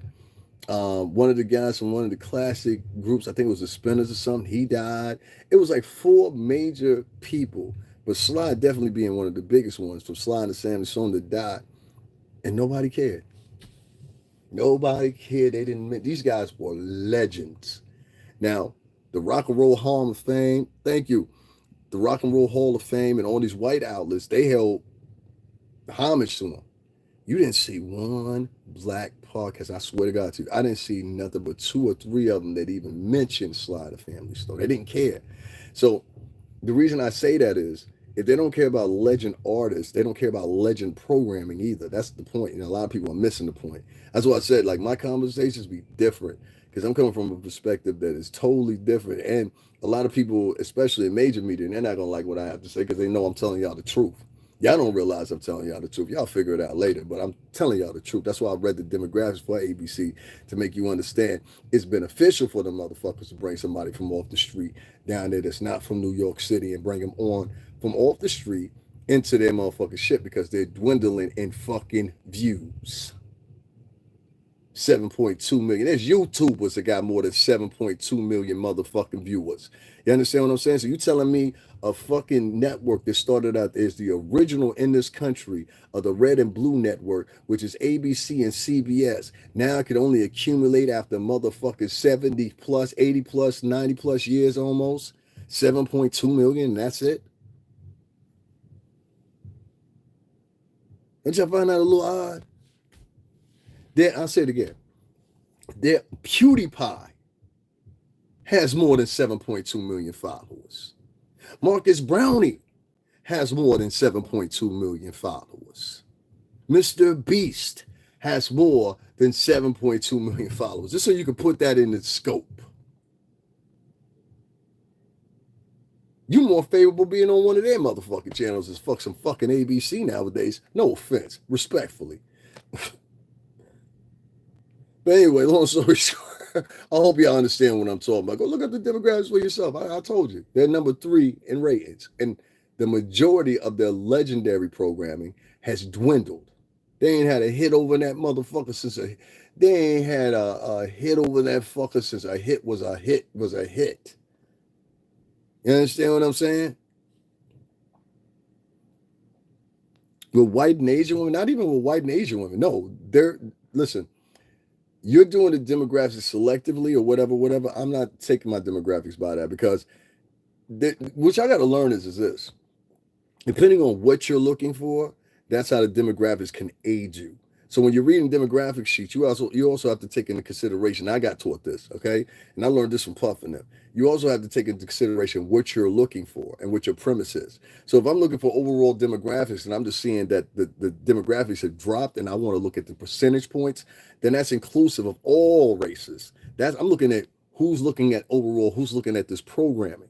It doesn't matter if there's fluctuations in Asian, black, white, or whatever. It doesn't matter until it's over 25, 30%. So if you said to me, okay, 25% more Asian, or even 20% more Asian women are watching the programming than black women, then it would matter to me. But even from an advertising perspective, I'm not even going to consider changing my advertising to centering around this group or that group or this group unless the increasing is more, like I'll increase maybe by having interest in this one group. That doesn't happen to 20, 25, 30 percentage points. That's when that happens. That's when they'll change, or they know initially this is a high demographic for this particular ethnic group. So really the majority of the people that I'm going to be talking to or whatever, going to be women, and they're going to be black women, yeah, then that's important and it matters. But what black women and Latin women got to start doing is you got to start focusing, because black women and Latin women, y'all put so much emphasis on color, and really it's from y'all's inside. Y'all have to start being real with yourself and say, I want to be a white girl so bad. That's what you really got to say to yourself. I want to be a white girl so bad. You don't? Okay, then talk like Keisha while working for ABC. Talk like Keisha while working for Fox. Talk like you talk to us, to them motherfuckers you work for, bitch. Huh? Now you won't do that, will you? Talk to them motherfuckers like you work with, like you like to talk to us and think you're better than us. Talk to them motherfuckers like that. You won't do that, will you, Keisha? Instead, you all smiles and giggles. How you doing? Oh my God. Like certain chick I heard on the mics, the open mics that ABC, CBS, and motherfucking Fox had today. So if y'all don't know, early about an hour, what is it? Yeah, hour 40 minutes ago. I got to be going in a minute. You don't want to be white? Let me tell you something, Candy Ortiz. You's a motherfucking lie. You understand? Motherfuckers will say that depending on whose company they're in front of. Let me tell you what I mean. Entonces, sabe, mujer, párate por un momento. Ya canso boca. Entonces, sabe, ¿está bien?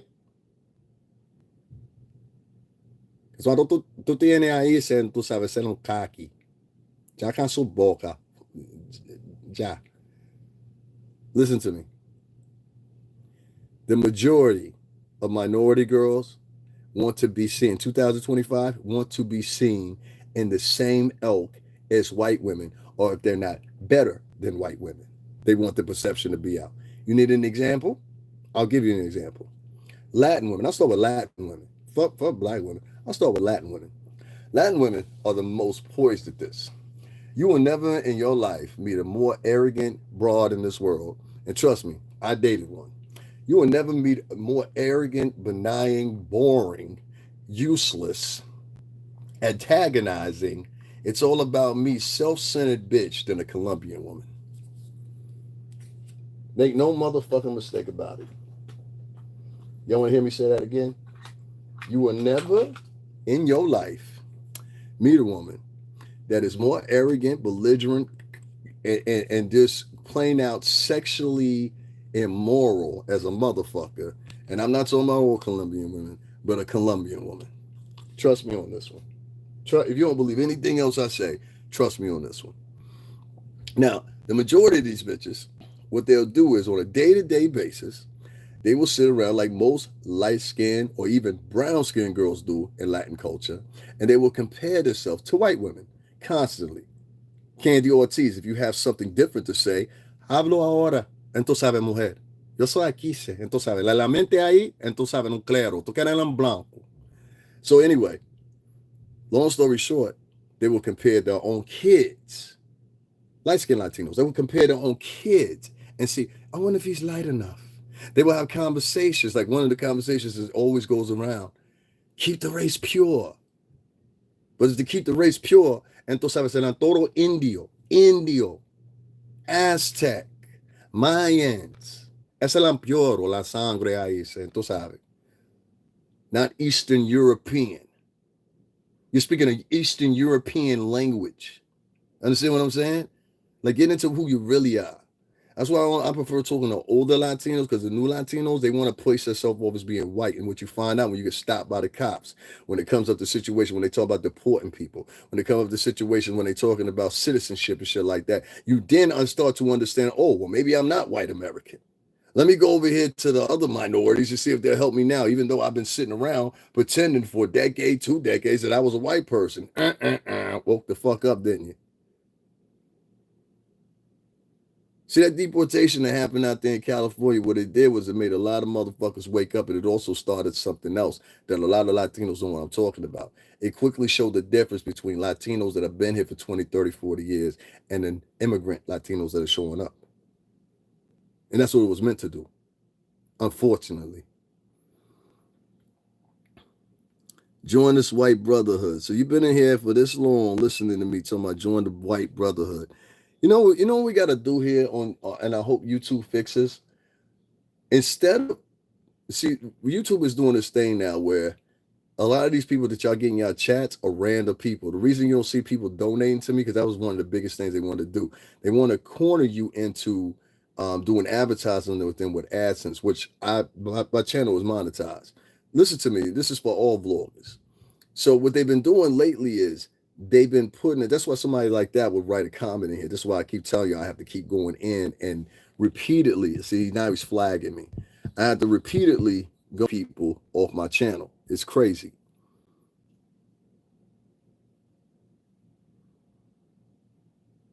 I don't use that word melanated. I think it's like the dumbest word in the world, but I mean, that's not necessarily true. Some Indian tribes were white, very pale complected. Not all Indian tribes were brown or dark. Y'all got to get that out of your mind too.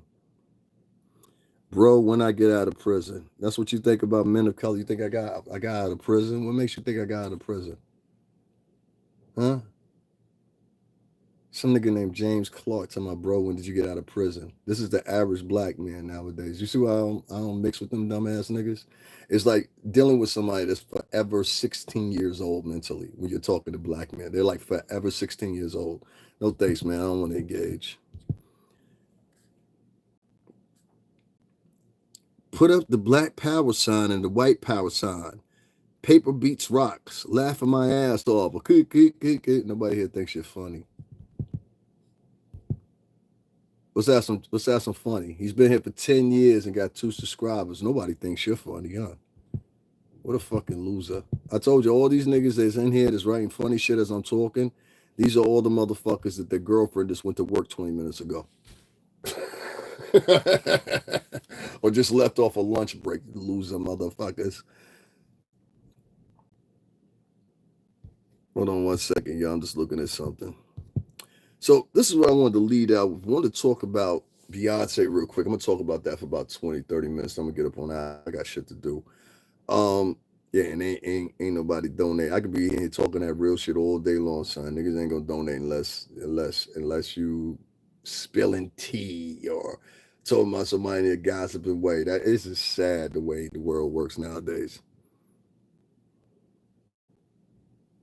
Bro, listen to me, right? Yo soy la cubano la mareno. I don't do that fucking weed shit. I don't like that shit. You know why I don't like that shit? Because every time somebody uses that, and tell me if y'all don't understand, y'all notice this too. Every time somebody uses we or us or those two words and a black and Latino, it's always the nigga that's not supporting at all. And this wants to be looked at as like the person that's smart in the chat, or the person that, like, their more emphasis is on them being seen than what they're actually saying. I find that all the time. That's why, like, I told black dudes all the time, don't call me your brother, bro. If you ain't hitting the like button, if you ain't donating, you hear, like, I had to block one nigga that was here rocking with me for like 4 months because I kept noticing a nigga would come in and you're talking and writing shit. I'm reading your comments. You can't even donate $5 within 4 months, my nigga. You're like, nah, I don't need you here. At the very least, you're broke. The fuck do I want your support for? I don't need your moral support. Fuck your moral support. I got people in here to do that. You notice my Cash App is up on the screen. They name one motherfucker came in here and wrote my Cash App, or told people to donate to my Cash App. You understand what I'm saying? But I'm one of the realest motherfuckers on here, and other people tell me that. They write it in the comments and say, I'm not reading your comments anymore. You can't donate nothing. I'm not reading your comments anymore. I think that shit is like shit work right there. Like, you can't sit with somebody and expect them to read your comments. And this is what I mean by black dudes. A lot of them are like fucking retarded or some shit. Like, nigga, you worship women so much that you want to offer money to them so they can further suppress you and do shit to you. You understand what I'm saying? Inclusive in the media, if you haven't been paying attention. And then you have these symbolistic fucking excuses why you don't donate to men. And the only type of men that will donate to other men is if you're a man that's totally on like some red pill, blue pill shit. You just really just crashing on girls every day. Nigga, I like pussy. I'm not about to sit here every fucking day and bash on women. And now I got to go out in public and women is like, yo, I heard you don't like women. Like, nah, I ain't going through that shit. Nah, we ain't doing that. Earlier when I was live, I had over 180 people in here. You think none of those dudes were black? Not one of them donated a dime to me. That black dudes, they want to see black women win on a personal level. Same thing with Latin men. They want to see black women win on a personal level, and that's cool. I mean, Latin women win on a personal level. But please make sure that the bitches you want to see win got your best interest at heart too. Because a lot of these bitches will be like, thanks for your help, and then mosey on the fuck along.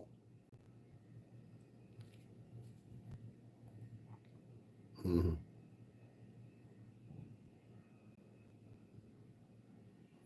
He's still writing this R shit. Nigga, where's no R, us, we? You understand what I'm saying? Quit saying, there's a perfect saying, right? Let me show you how you break down one of these pro-black niggas, because they the worst.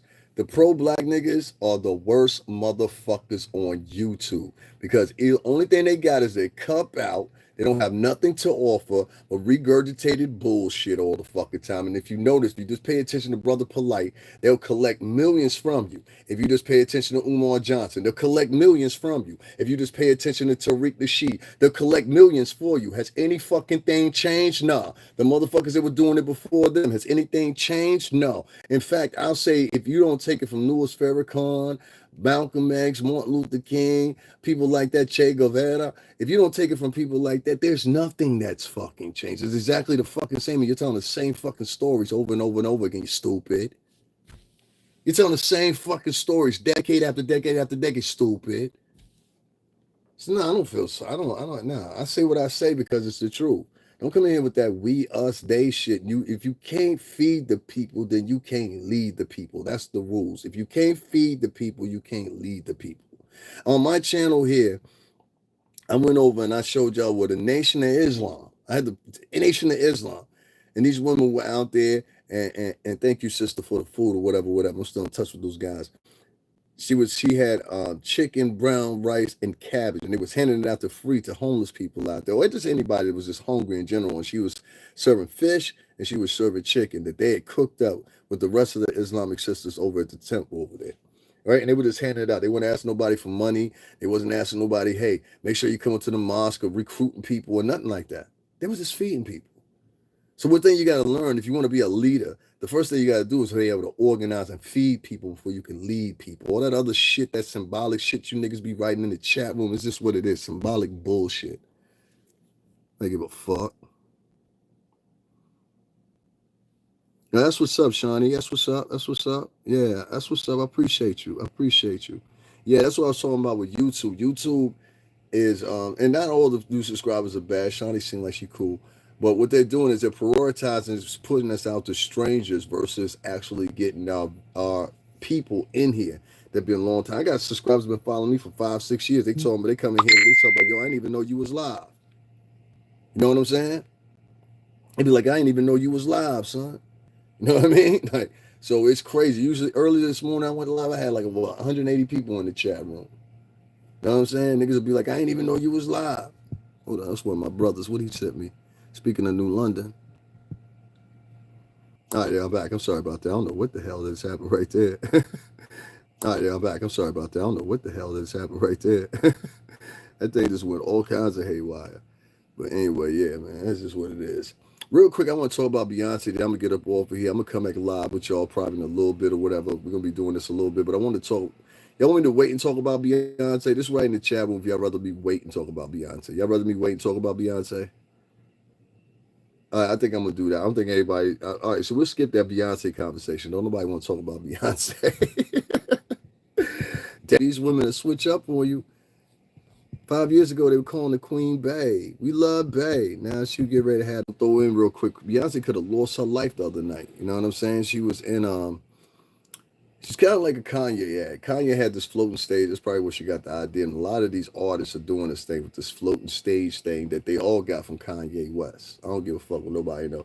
Kanye had the best rendition of it, in my personal opinion, with the gold throne. He was standing over top of it, and he had it over top of the whole crowd. I think Kanye West had the best example of it.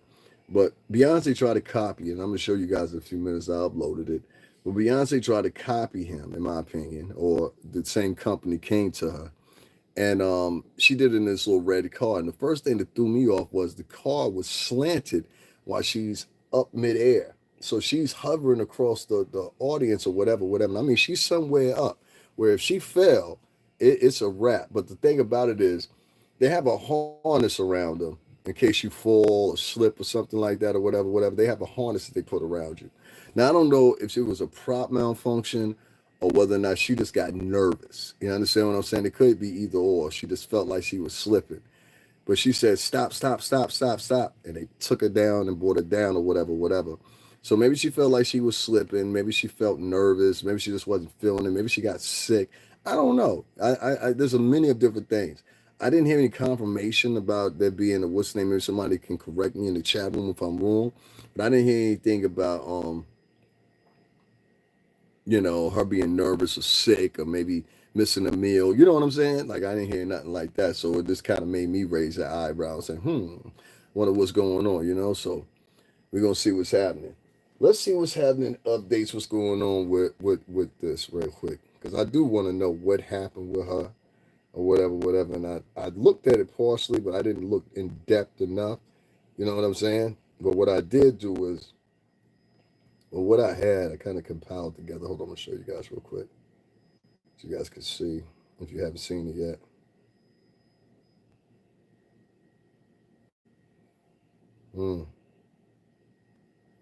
They say they're deliberating on the trial.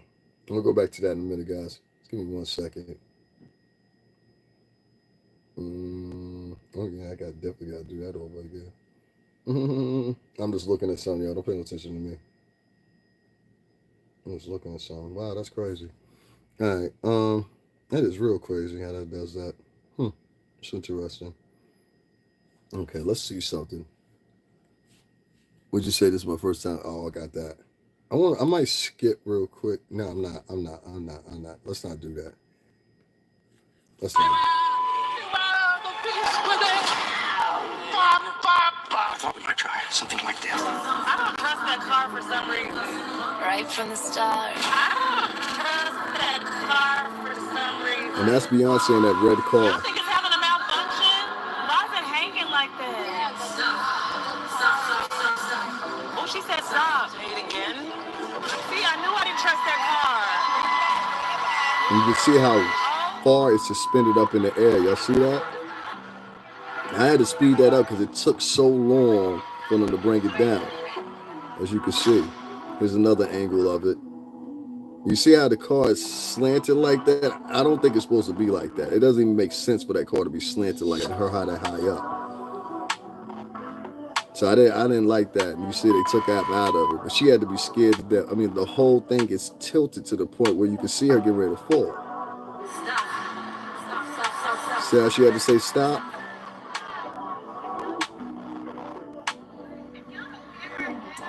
And see how she's just dangling there? Y'all see how high up in the air she is, right?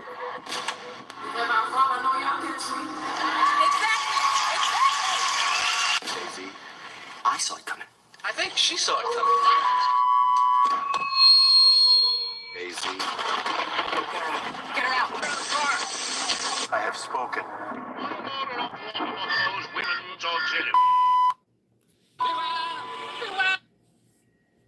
A little interesting video I put together there so y'all could see what Beyonce was in peril about. Now, I know there's going to be a lot of people. They're going to have the conspiracy theorists and be like, oh, you know what? They must be getting ready to come after her now because Jay-Z, he won't bend the fold for the Illuminati. You know that. They start making up shit and stuff like that, right? I won't say the Illuminati. Based after what I've seen with some of these businesses, and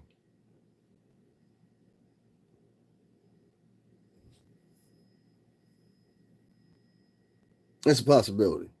You know, it's a possibility. Beyonce, I want to say this. Ditch the car shit. If it takes down a couple or replace the prop with something different, okay? You make sure you do that, all right? You make sure you do that, okay? A friend told me to tell you that. Get rid of the car. Last night for the car, okay?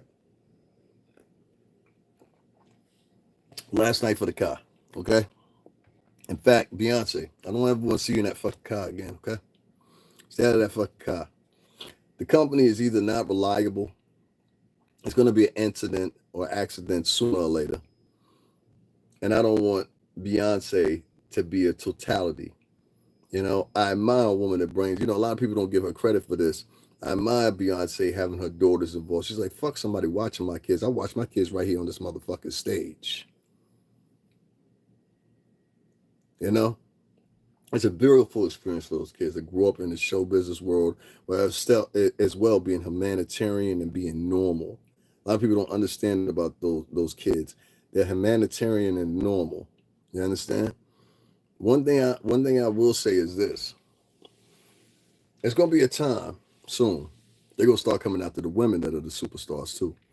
See, what y'all don't understand is what they're really trying to do is recreate and restructure what was formerly the music business so they can continue making money out of it, and the entertainment business as well, in my personal opinion. Getting rid of these people takes a lot. And, you know, there's different ways of getting rid of you, getting you out the way or whatever. Some people will speculate and point to the fact that Michael Jackson at one point in time and what he went through. Do I think they're trying to get rid of Beyonce or some esoterical type? Not necessarily, but at the same time, I will tell Queen Bey, be careful, all right? Be careful. Give me a second, y'all. Let me do this real quick. Let me share this. All right, I'm back. I'm sorry about that. I was just doing something real quick and sharing something. I don't like impatient folks like that anyway. Give me a second. I'm sharing my shit, bro. Just beginning vlogging. When you get people that drop out like that, because you took a second to do something, don't worry about those subscribers ever. Those subscribers are not your real subscribers. That's what I'm talking about. YouTube is doing this thing where they're sending us out to random people. This is why you can't get donations. And I don't know if they're specifically doing it with the men or what, because it has to be everybody's under it. But you'll notice like a lot of people like this girl right here. This is my first time viewing and I subscribed. Everything ain't for everybody. So what they have now is they have people randomly in the what's the name now. And they just, you know what I mean? Swiping. And you'll come up, and they don't put priority on getting us out to our viewers. That's who I want YouTube to switch. I want you to switch. I don't need to get out to strangers. You understand what I'm saying? Strangers are not going to support me. Strangers are not going to donate to me, especially if the strangers are Black American dudes. They're not going to donate. They're some of the cheapest ass niggas you'll ever meet in your life. So it's like, for me, not all of them, but the majority of them, the only time they want to spend is when a girl is involved. They don't want to spend with their brothers. They'll argue with you over a motherfucking $35 haircut, but won't argue with the bitch on why she want a $1,500 Birkin bag. This is the way these niggas think. You understand what I'm saying? So you can't really fault them because most of them been raised by bitches, so this is how they think. You know what I'm saying? Like a bitch. That's why they can identify with black women before they can identify with another man. To identify and sympathize with a bitch that easily, that's because that's the type of nigga you are. Peace. So anyway, I'm gonna get up off of here too. I said what I had to say. I think I'm gonna get up out of here. Anybody come in here talking about what happened, that means you's a nosy punk bitch. I don't like motherfuckers like that. What happened? This is Riley. What happened? Anybody come in with that energy? What happened? That's a troublemaking shit starter bitch. Get rid of them motherfuckers quick. Y'all gotta start learning personalities. Maybe I'll have a whole show on that. Where I start teaching y'all personalities. The reason I taught the people to say the way I taught to y'all gotta realize I've been here doing this for like 6 years. You understand what I'm saying? I started this during the elk of the pandemic. And so I've seen all kinds of personalities come on this app or whatever and leave this app, get kicked off this app or whatever the case may be. And we have all these conversations about girls and things like that. But with people that are in the known and been here blogging for a long time, they know that women are some of the biggest hypocrites online, dog. Like literally, the men are bad too, but the women, oh my God, it's the lying that goes on. That's the worst part for me. Like it's bad enough that these same type of women, they would lie to you if a camera wasn't on. But when the camera's on, now there's lying that goes into it, this acting that goes into it, and copying everybody. That's another thing a lot of them do. They all copy each other like parakeets. This one doing something, they copy each other, want to beef with each other, all kinds of other crazy shit or whatever. And I just try to mind my business because I'm like, if it really come down to it, I'm really going to get one of you niggas out the way. You see what I'm saying? It might not be on sight, but if you threaten me the wrong way, I'm probably going to get you the fuck up out of here. You see what I'm saying? And I'm going to tell the police and the judge why I did it because he threatened me, Your Honor. A lot of niggas come in my chat room and threaten me, and then as soon as you say something back to them, they're like, oh my God, I'm a victim. Like a bunch of pussies. Fucking cowards.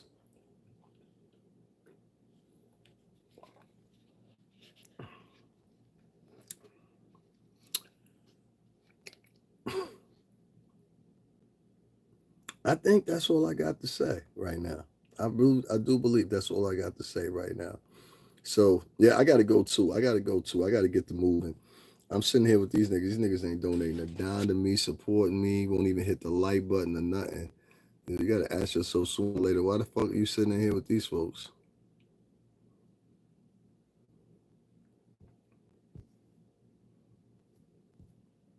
And sooner or later, you have to ask yourself that. I ain't dissing nobody or nothing like that. Shawnee, thank you for showing up. Brian Floyd, thank you for showing up. Cam, thank you for showing up. Yeah, I don't do that.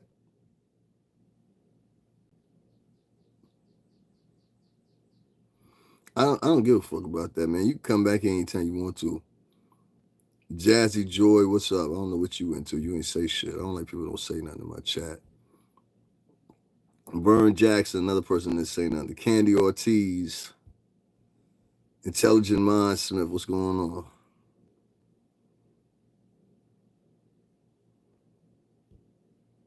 No, I know who that is. Robert Dudley, what's going on? Loco, Illinois. Yeah, he know. He said these women be on some nasty work. Malik Styles, appreciate you. Sajarius Queen, what's going on? You ain't saying nothing either.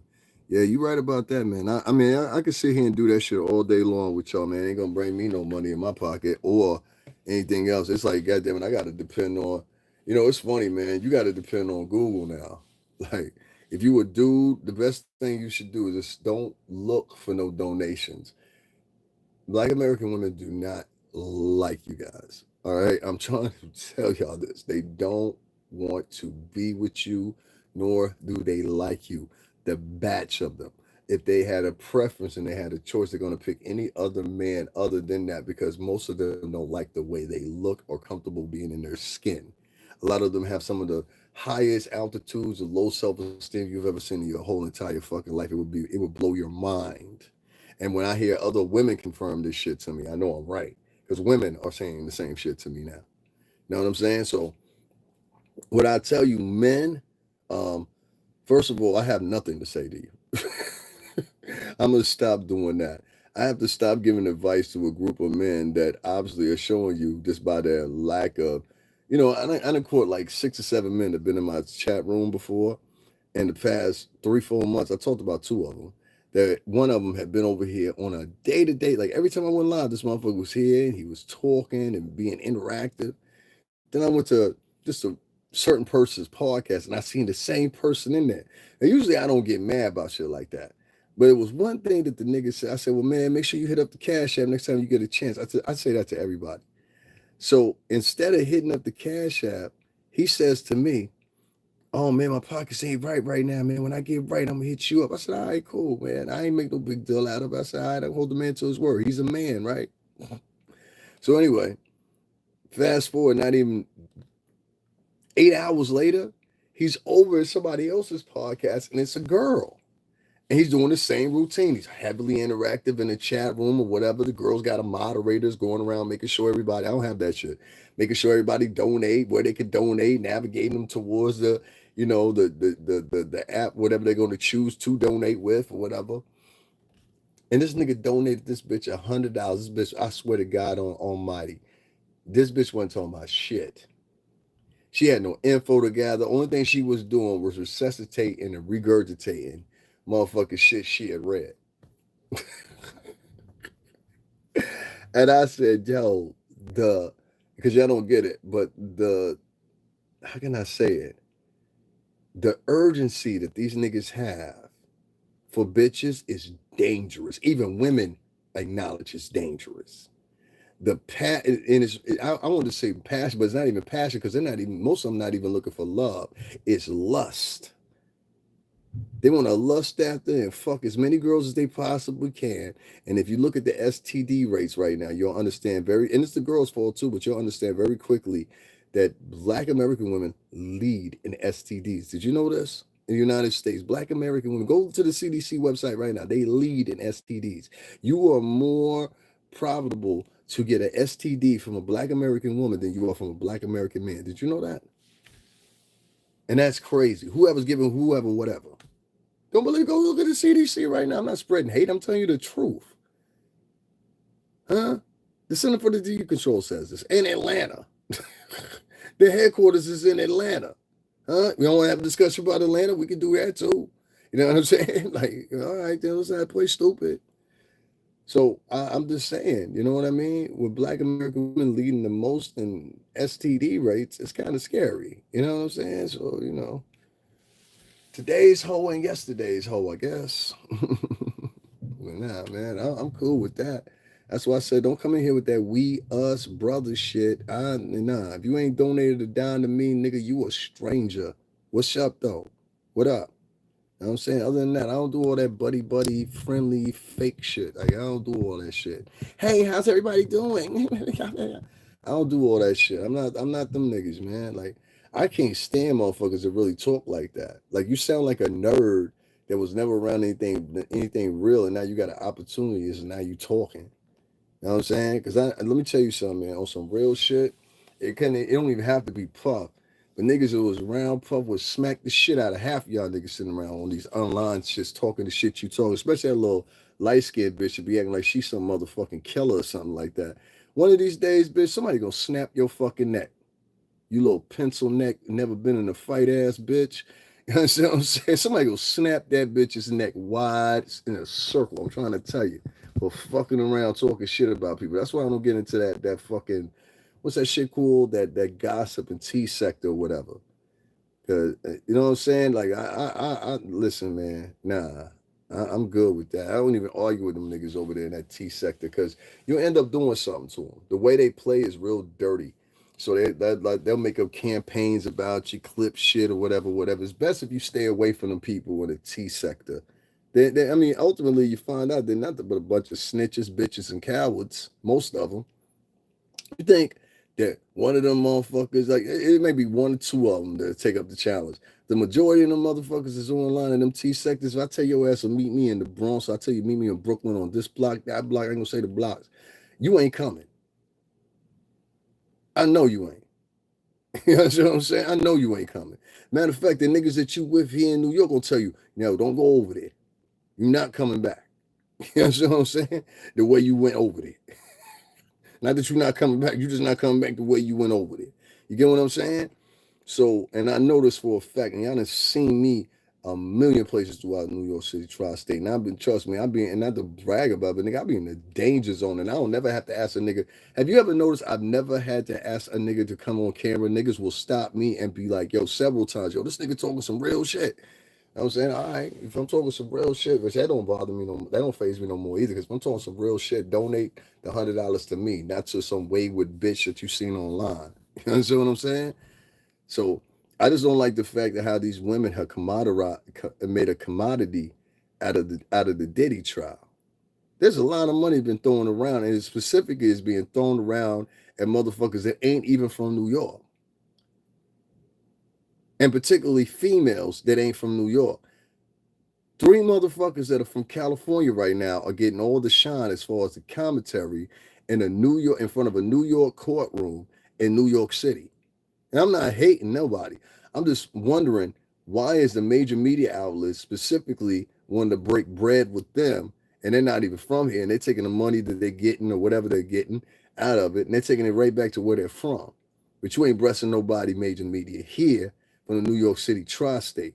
And when I get the opportunity, I'm gonna say this shit in front of these niggas again, because it need to be said. I said some shit out there Friday, if many of y'all remember, about major media, right to their motherfucking face, and I'm gonna say it again, because a lot of you motherfuckers are bitches. That's some bitch move.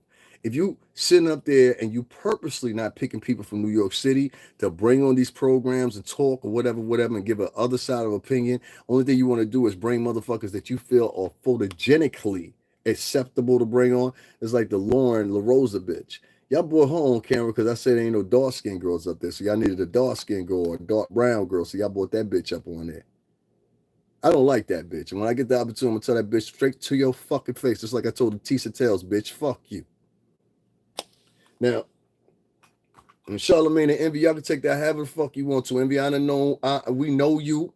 You understand what I'm saying? Stay out of it. Fuck that bitch. Now, anyway, because she's not trying to stay over there. Don't you get it? She's not trying to stay over there. She's not trying to stay over there. The bitch comes from TMZ. She's not trying to stay over there. That was a stepping stone for her. So don't come with me, Envy, and get mad at me. Don't call Chrome and be like, yo, what that nigga said? So niggas can contact me. You know what I'm saying? Like another gentleman, I respect how he did it. He reached out and got in contact. You know what I'm saying? Had some people get in contact with me. I appreciate you did that. At least you know I ain't no fake motherfucker, right? Right? At least you know I'm telling the truth. That bad boy shit is for real, ain't it? You know what I'm saying? I can say shout out to Queen's Flip. You know what I mean? He know the elder niggas I come from. I don't come from no sucker niggas. So it's like, for me, it's like, you know, and I ain't beefing with Queen Swift, so don't even think that. It was just some shit. You know what I'm saying? His mom, she had a bad judge of character. She don't know how these motherfuckers, it's a good woman. She just didn't know how these trash women is out here acting nowadays. Now she get it. You know what I'm saying? And Mom Dukes is an advocate. So I want to emphasize that Queen's Flip's mom is an advocate for battered women and stuff like that. So let's respect her. And at the moment that me and her had an exchange of words, before the end of it ended, you understand what I'm saying? I spoke to her and I said, yo, you know I ain't talking to you. I'm talking to that bitch. She said, oh, I get it, baby. I get it. This, you know what I mean? She one of them type of women. You know what I'm saying? She ain't nothing. She just worried. So I get it. You know what I'm saying? Or whatever. And shout out to Queen's Flip's mom. Ain't no love lost. Shout out to Queen's Flip or whatever. But yeah, make no mistake about it, nigga. I'm really one of them bad boy niggas for real. Say what you want to. Depending on what happens with Puff and the extremity of what happens with Puff or what he's convicted of, even if he is convicted or whatever happens, the jury's deliberating now. I'm looking at some people's reports or whatever, they're sitting in the court or whatever. I don't want to play none of that material though, because This, quite frankly, these niggas be acting like hoes. You know what I'm saying? And bitches. Yeah, my material for my platform. They be killing me with that. My platform. You mean this free app? Free app that you got right now? I can fuck with this nigga. He real. The best thing I discovered. This man, he remind me of so much of the niggas I used to fuck with. He sounds straight Brooklyn, but I fuck with Sean heavy. It's my man's right here. I don't know where he went to. He ain't on camera right now. What happened? Go out. I had never cleaned a window in my life. You know son right here? I would go out and get told no. Can I clean your windows? No. Your windows look up. Well, you just gotta keep gossip. You gotta keep overseeing the jurors. Ken Lightning from Facebook. Yeah, make sure y'all go check out Sean G, man. I fuss with Sean right here. The marshal, the deputy brought up the marshal. Yeah, make sure y'all go check him out, support him. You solemnly, do all that, whatever. He said I do. I'm gonna let his content. I'm gonna let his content. I don't want to stream him the same time when he's streaming.